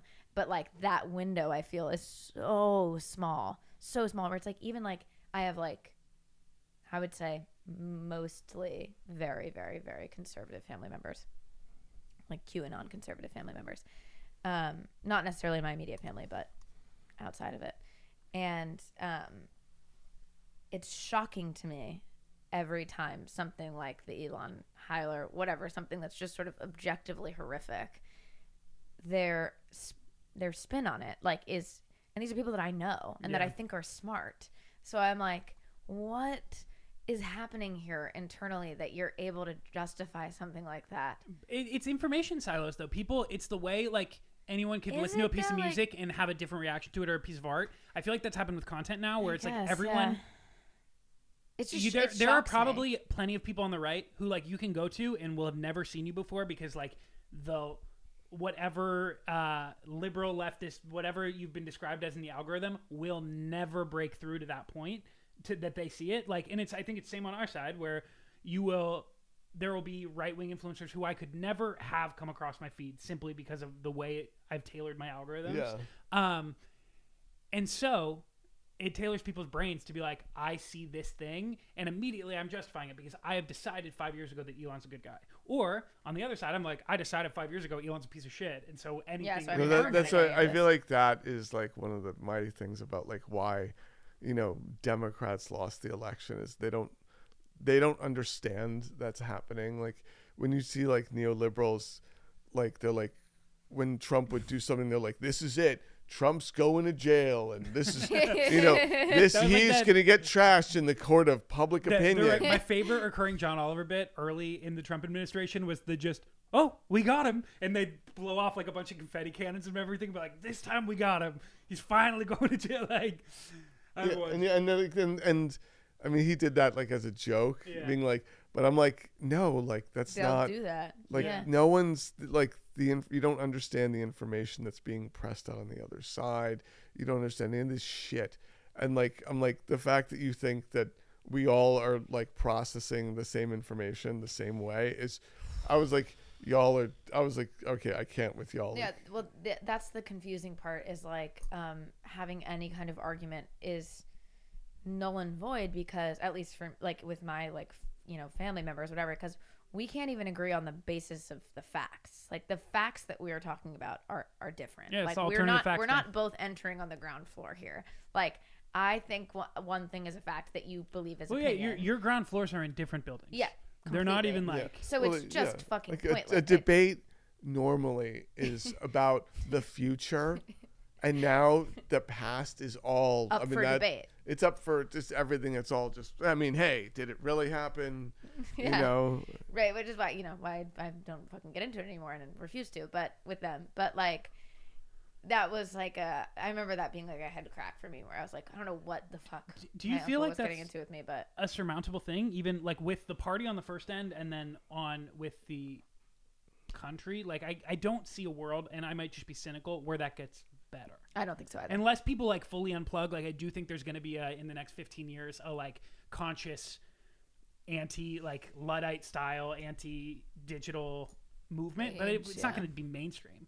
Mm-hmm. Like, I just feel like the sort of progressive leftists, like no one sort of like takes that, not that you have to spend all your time counter messaging and everything, but it takes all, like, to dispel all of that, it takes like so much energy. If there was honestly, if there was some like leader that like everyone could rally around, or someone. Then people were like psyched and on fire. Like a generational figure. They would, then they would be.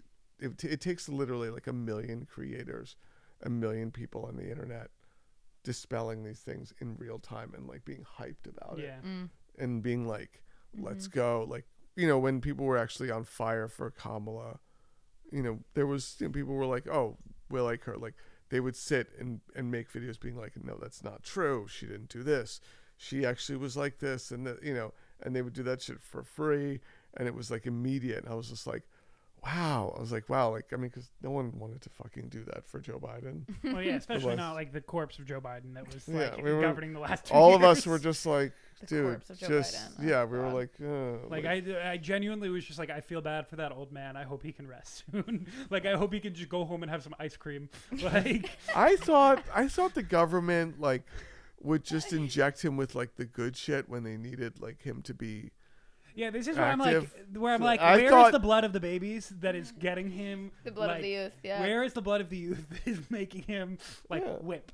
Like, I thought, like, I was like when he passed the Inflation Reduction Act, I was like, oh, cool. Like, they just injected him with the good shit.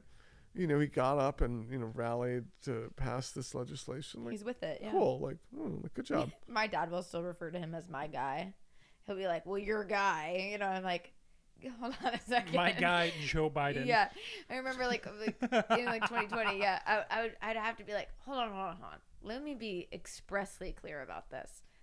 That is not my guy. Like, you don't understand where I'm at here. Off of this too, I just have a question, just on the level of talking about like class movements and trying to get people together. Because I'm firmly of the belief like working class people on the left have so much more in common with working class people on the right than like almost anyone with money and like almost anyone in power. And like most people are pretty disillusioned or just hate the two-party system in general. Do you think that with the way information is siloed, with the way that divide has happened on a basis of culture war issues, like that's a surmountable thing, that like real class consciousness is possible? It is true, but like I feel like you need leaders. Everyone sort of wants a leader that's outside of the system right now. Mm-hmm. That's why you and I were like riffing on like Stephen Smith, and I was like, damn, you're right. Because like the fact that he's never stepped foot in DC is like a. For anyone wondering at home, for months I've been saying that Stephen A. Smith is going to be the next, or could be and could win as the next Democratic nominee. And I was saying this to Walter, I don't know, however many months ago, we were shooting that Brian Thompson video. Yeah. And then like this week or last week, Stephen A. Smith started to like be like, hint at his Democratic nomination shit. He's been signaling it for a little while, but I genuinely, I don't want to get on a soapbox here, think he could win. He has like an audience. He would be great in that debate format because like in the same way Trump was trained in the fires of reality TV, Stephen A. Smith is a professional arguer, and what he is best at is just making people look dumb on television. Like, he would go through a Democratic debate, and, like, Pete Buttigieg would be like, and Stephen A. Smith would just make him look like a fucking idiot. Yeah. And has not really touched into the political world where he could give the outsider successful world that Trump was able to do too. Yeah. I don't know if there are that many other candidates like that. I feel like Bernie had a chance, but he got crushed by the DNC. But you're talking about a leader outside of the system, just like a generational or like a social. Just they don't really to be care. able to get people to buy in, like it was the same do you thing think with, that's even possible now? well, I mean, I think it happened with Barack Obama. I just think he didn't take advantage of the full party, like having the power that he had. I think they were really hesitant in their first couple of years, and then blew that shot. Well, no, but he also, like, his campaign was done outside of the Democratic Party. Yeah. Mm-hmm. And, like, the Democratic Party was kind of pissy with him. They're like, why'd you set up this whole campaign outside of us? And he's like, because I want to fucking win, you piece of shit. But no, like, when I was traveling before the election, I had access, to people that were working on campaigns and adjacently, and these people had access to tons of data, and they were like, everything was like very focus tested. And I was just like, all right, next time, like, Mark, this is, you heard me say this. If you see a video of me having a fucking public meltdown with someone from the Democratic Party, it will be when they have talked about something focus tested. I am going to, like, you know, like, you know, you're going to hear like Fortunate Son playing in the background. And I'm going to be like, I'd be like, never fucking do that again. Don't ever say that to me. What do you feel like your standing is with the Democratic Party right now? Just in the sense that like you're one of the bigger like left-leaning influencers in the country right now. That like was like pushing like, please vote for these people. I know they're doing things that are really shitty. And to your credit, even while you were speaking out against a lot of stuff the administration was doing, you also were rallying hard for the Kamala Harris administration. Do you feel like they would treat you in good graces, or like how do you feel like you no, their attitude was, I mean, there were people within there that were smart enough to be like, you know what, the facts, you know, we need you to rally people. Mm-hmm. And they weren't being dickish about it. My only complaint was that they were being very controlled and careful with all of their candidates. Mm-hmm. Like I remember when I made a video with Tim Walz' daughter, Hope Walz. I only got to speak to her because she recognized me and was like, oh, I want to talk to you. Her campaign staff, what? How old is she? She's like an adult? She's an adult, yeah. I guess. I hope so. Yeah. 20, so like she's like, oh, and her campaign, her staff was like, ah! Because like terrified. They were like, do not let him, you know. Don't so they talk immediately, to him, yeah. They tried to block it. And she was like, and that's what made the video cool, because she was like, excuse me, I'm talking to him. Lola's just digging into the carpet now. So she's like, she was like, I'm talking to him. And that like backed off both security and the thing. Well, it's interesting though. I do get why, from a mainstream standpoint, like what is appealing to the mainstream media, what is appealing to like the Democratic Party core is like things in their control. Yeah. And like anyone who knows your content knows they're not going to be able to like dictate how you act through it or. Yeah. And I feel like because a lot of your content is based in like improv too, it is like exactly counter to like they want to know what the question's going to be. They want to know what it is. Meanwhile, like fucking, you know, JD Vance is going on the Nelk Boys, like or Theo Vaughn, or like Theo Vaughn, Joe Rogan, and I feel like I have listened to so many people talk about this like idea if we had like a left-wing Joe Rogan. Like I feel like we had him. His name was Joe Rogan. he was in his house being I fucking love Bernie Sanders and I think aliens are real. Like it just like, I've literally heard Taylor Lorenz and like other people just beat this concept to death of like if we had this or like whatever. And the thing that I think they get down to is essentially that the Democratic Party is not in favor of a left-wing Joe Rogan, no matter what. That there's too much contention within the party to like ever actually unite the party. But I also think way. like for like Theo Vaughn, like a lot of these influencers who went for Trump are also the type of people who, if Bernie was there, would have like rallied for Bernie. Like I think Joe Rogan 100% would have voted for Bernie. He said he voted for him in 2016. Well, Theo Vaughn, also like a fan of Bernie Sanders. Those are the type of people with the right candidate who's actually speaking to real issues. Like I don't like JD Vance. He's a weird guy, but him like, on Theo Vaughn talking about his mom's addiction, I was like, where in the Democratic Party are they talking about? But that's what's difficult. Fucking opioid addiction, right? Because like in a humanizing way, Kamala were to go on fucking Hassan Piker, like that interview, no matter how it went or no matter how it was like postured to go, would be contentious in some way, right? Yeah. Like versus like Trump going on fucking Joe Rogan. Like Joe Rogan's not pressing Trump on anything. You know what I mean? So there's so much like. But even if he pressed him, Trump would deal with it, right? And it wouldn't like. It wouldn't matter. It would be like that's why I felt like she should have went on Joe Rogan because like if it I thought didn't she should go have done well, all those podcasts. Yeah, I agree. Like she had everything to gain and nothing to lose. Like those people weren't going to vote for her anyway. Also just of the belief in any type of promotion because my brain is much more marketing brain. I'm like, you have to go to where people are. Like, right. It's the same reason. Like, do I love X as a platform? No. Are we on X and trying to grow on X? Yes, because there are people there that you can get to, and it's like don't dead name Twitter. Like.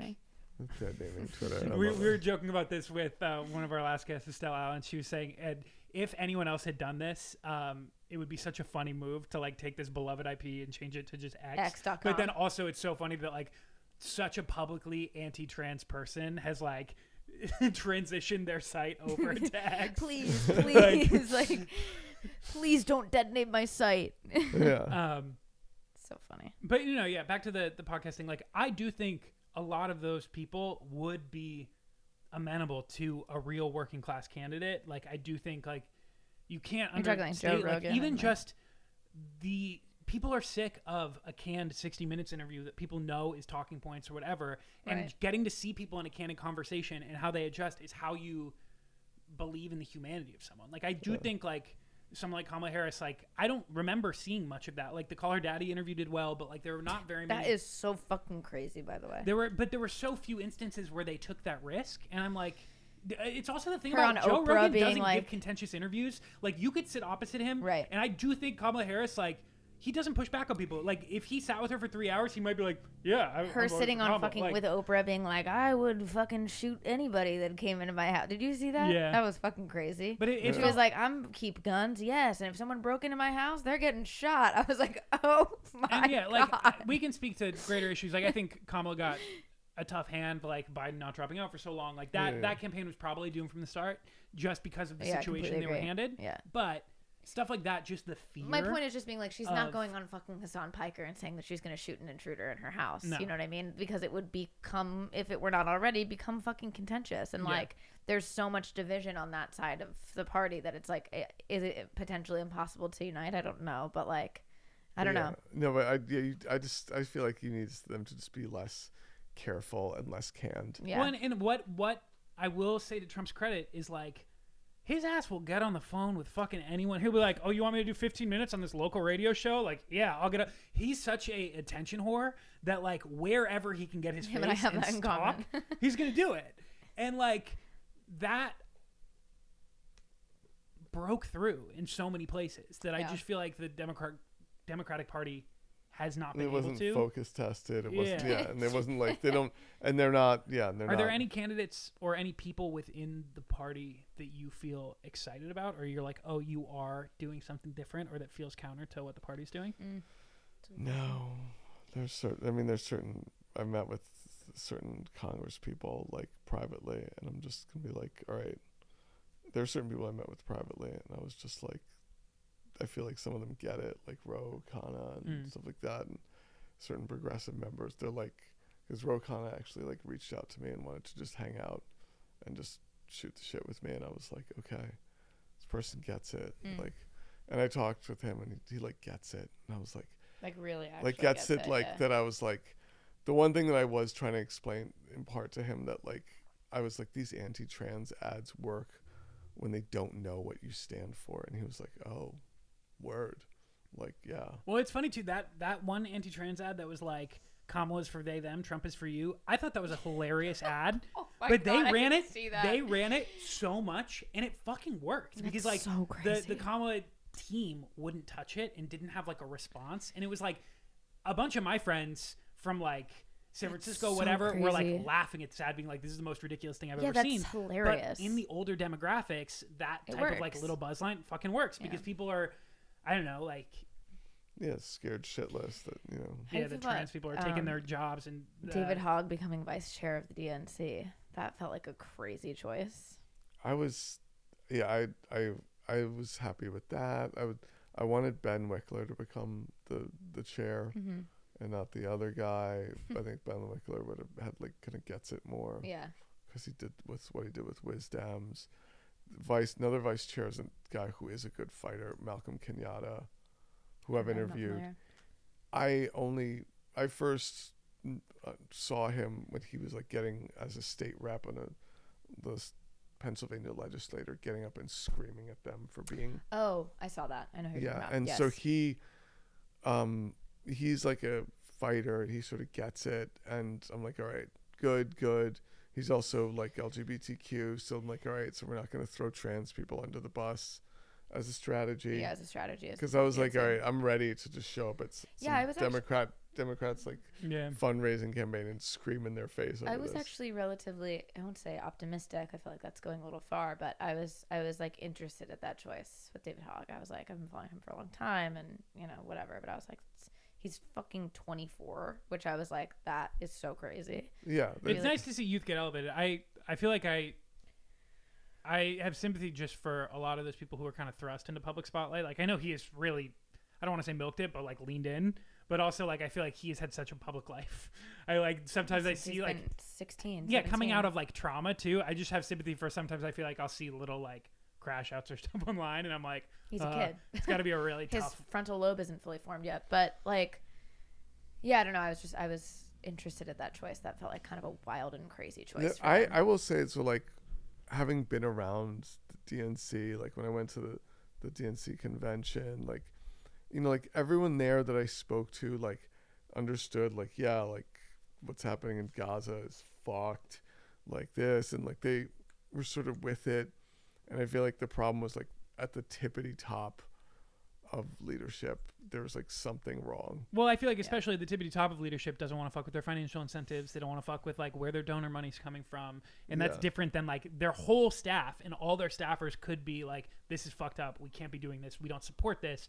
But we also want to be part of the system, and how we have to do that is through this specific most member of the people I Congress spoke to and most of the people I interacted with were like, oh yeah, like that's fucked up. This is dumb. And they you know, they could, and all of them had access to data and polling data, like really advanced shit.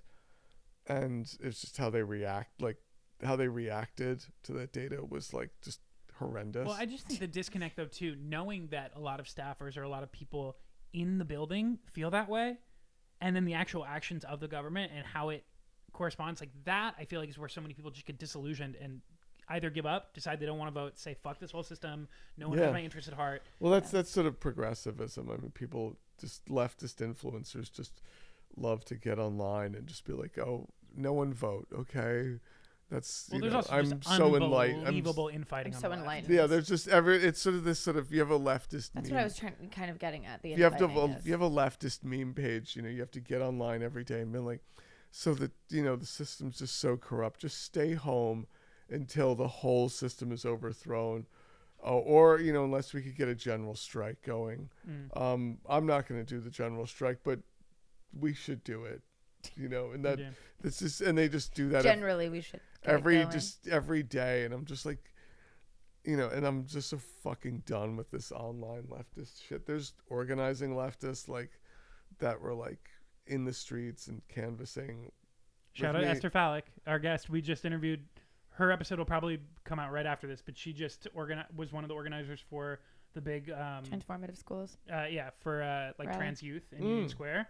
But talking the talk and actually like trying to make something happen in the streets and make real change. It's not like the thing about online shit, especially because people follow their incentives where they can make money. It feels very performative, and then when rubber hits the road, you really see the delineation of who's like, yeah, here I am in the streets, or yeah, I'm showing up for. We had a lot of discussion around, you know, because we were on tour all this summer, and then we were back on tour in the fall, like right before or whatever, and we had a lot of discussion around the I'm not going to vote sort of situation. And I always really struggled with that perspective, because I was just like, I just don't know if I can justify that. Like, I understand the emotionality around it, I understand the feeling behind it, I get that.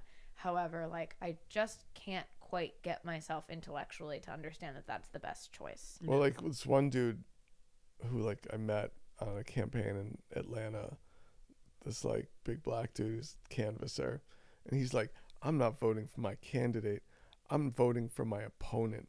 And I was like, bro, wow.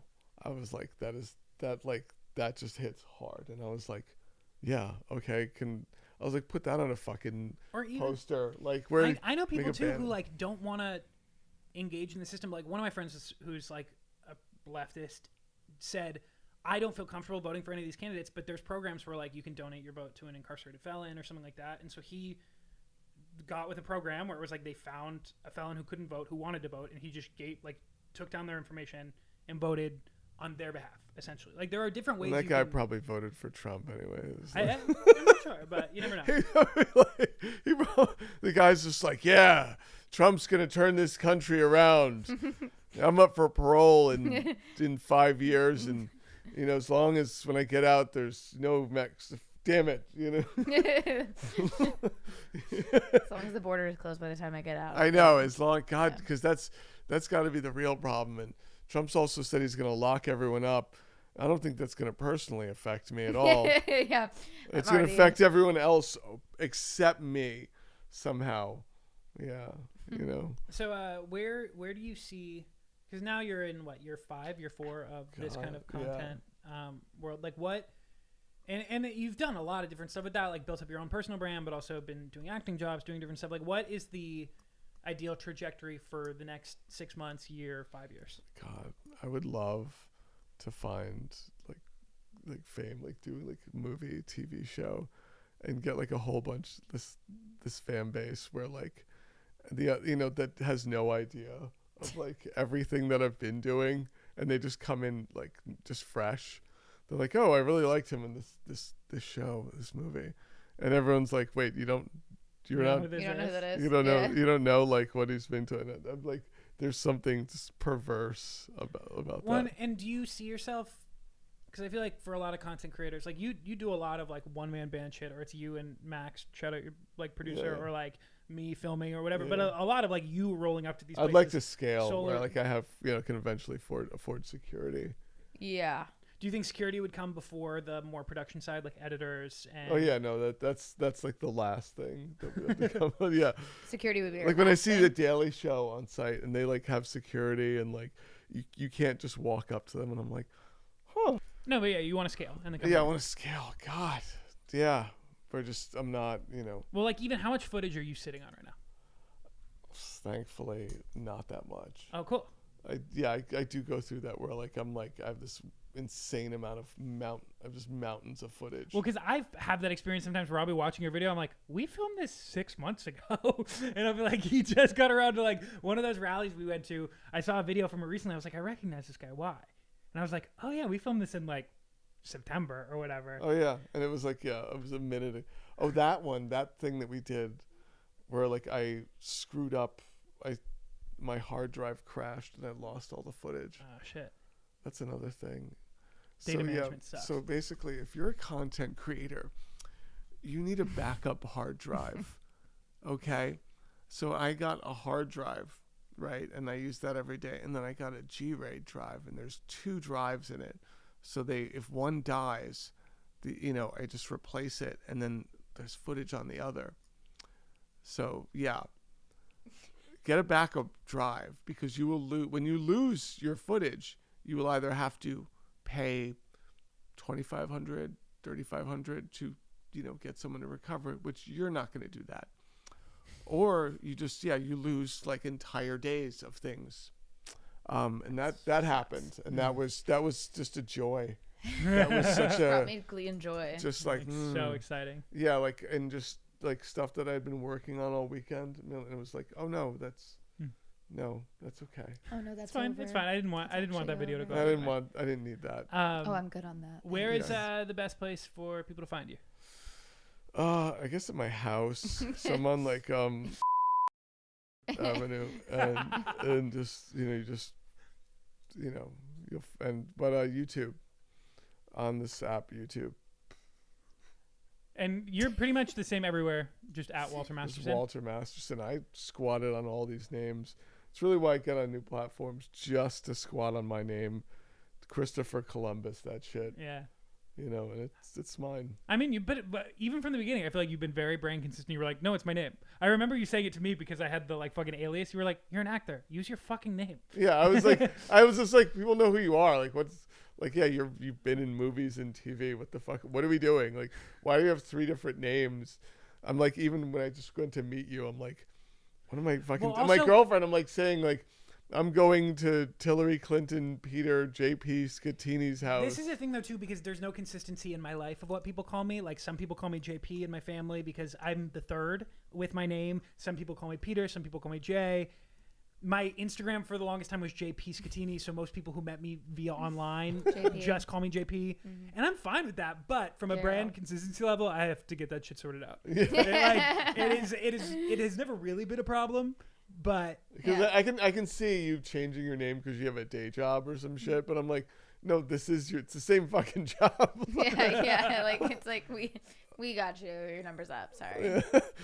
So yeah, Walter Masterson on all platforms, YouTube, TikTok. Go to my YouTube. So just like hit one of the playlists, and then just let it rock. Like walk away for like a few hours. Are there and let the whole Ko-fi catalog or Patreon or what is the way that people can support you financially too?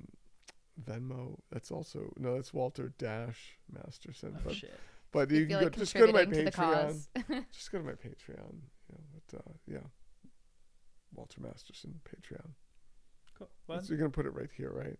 And you're gonna have a whole graphic, a 3D thing.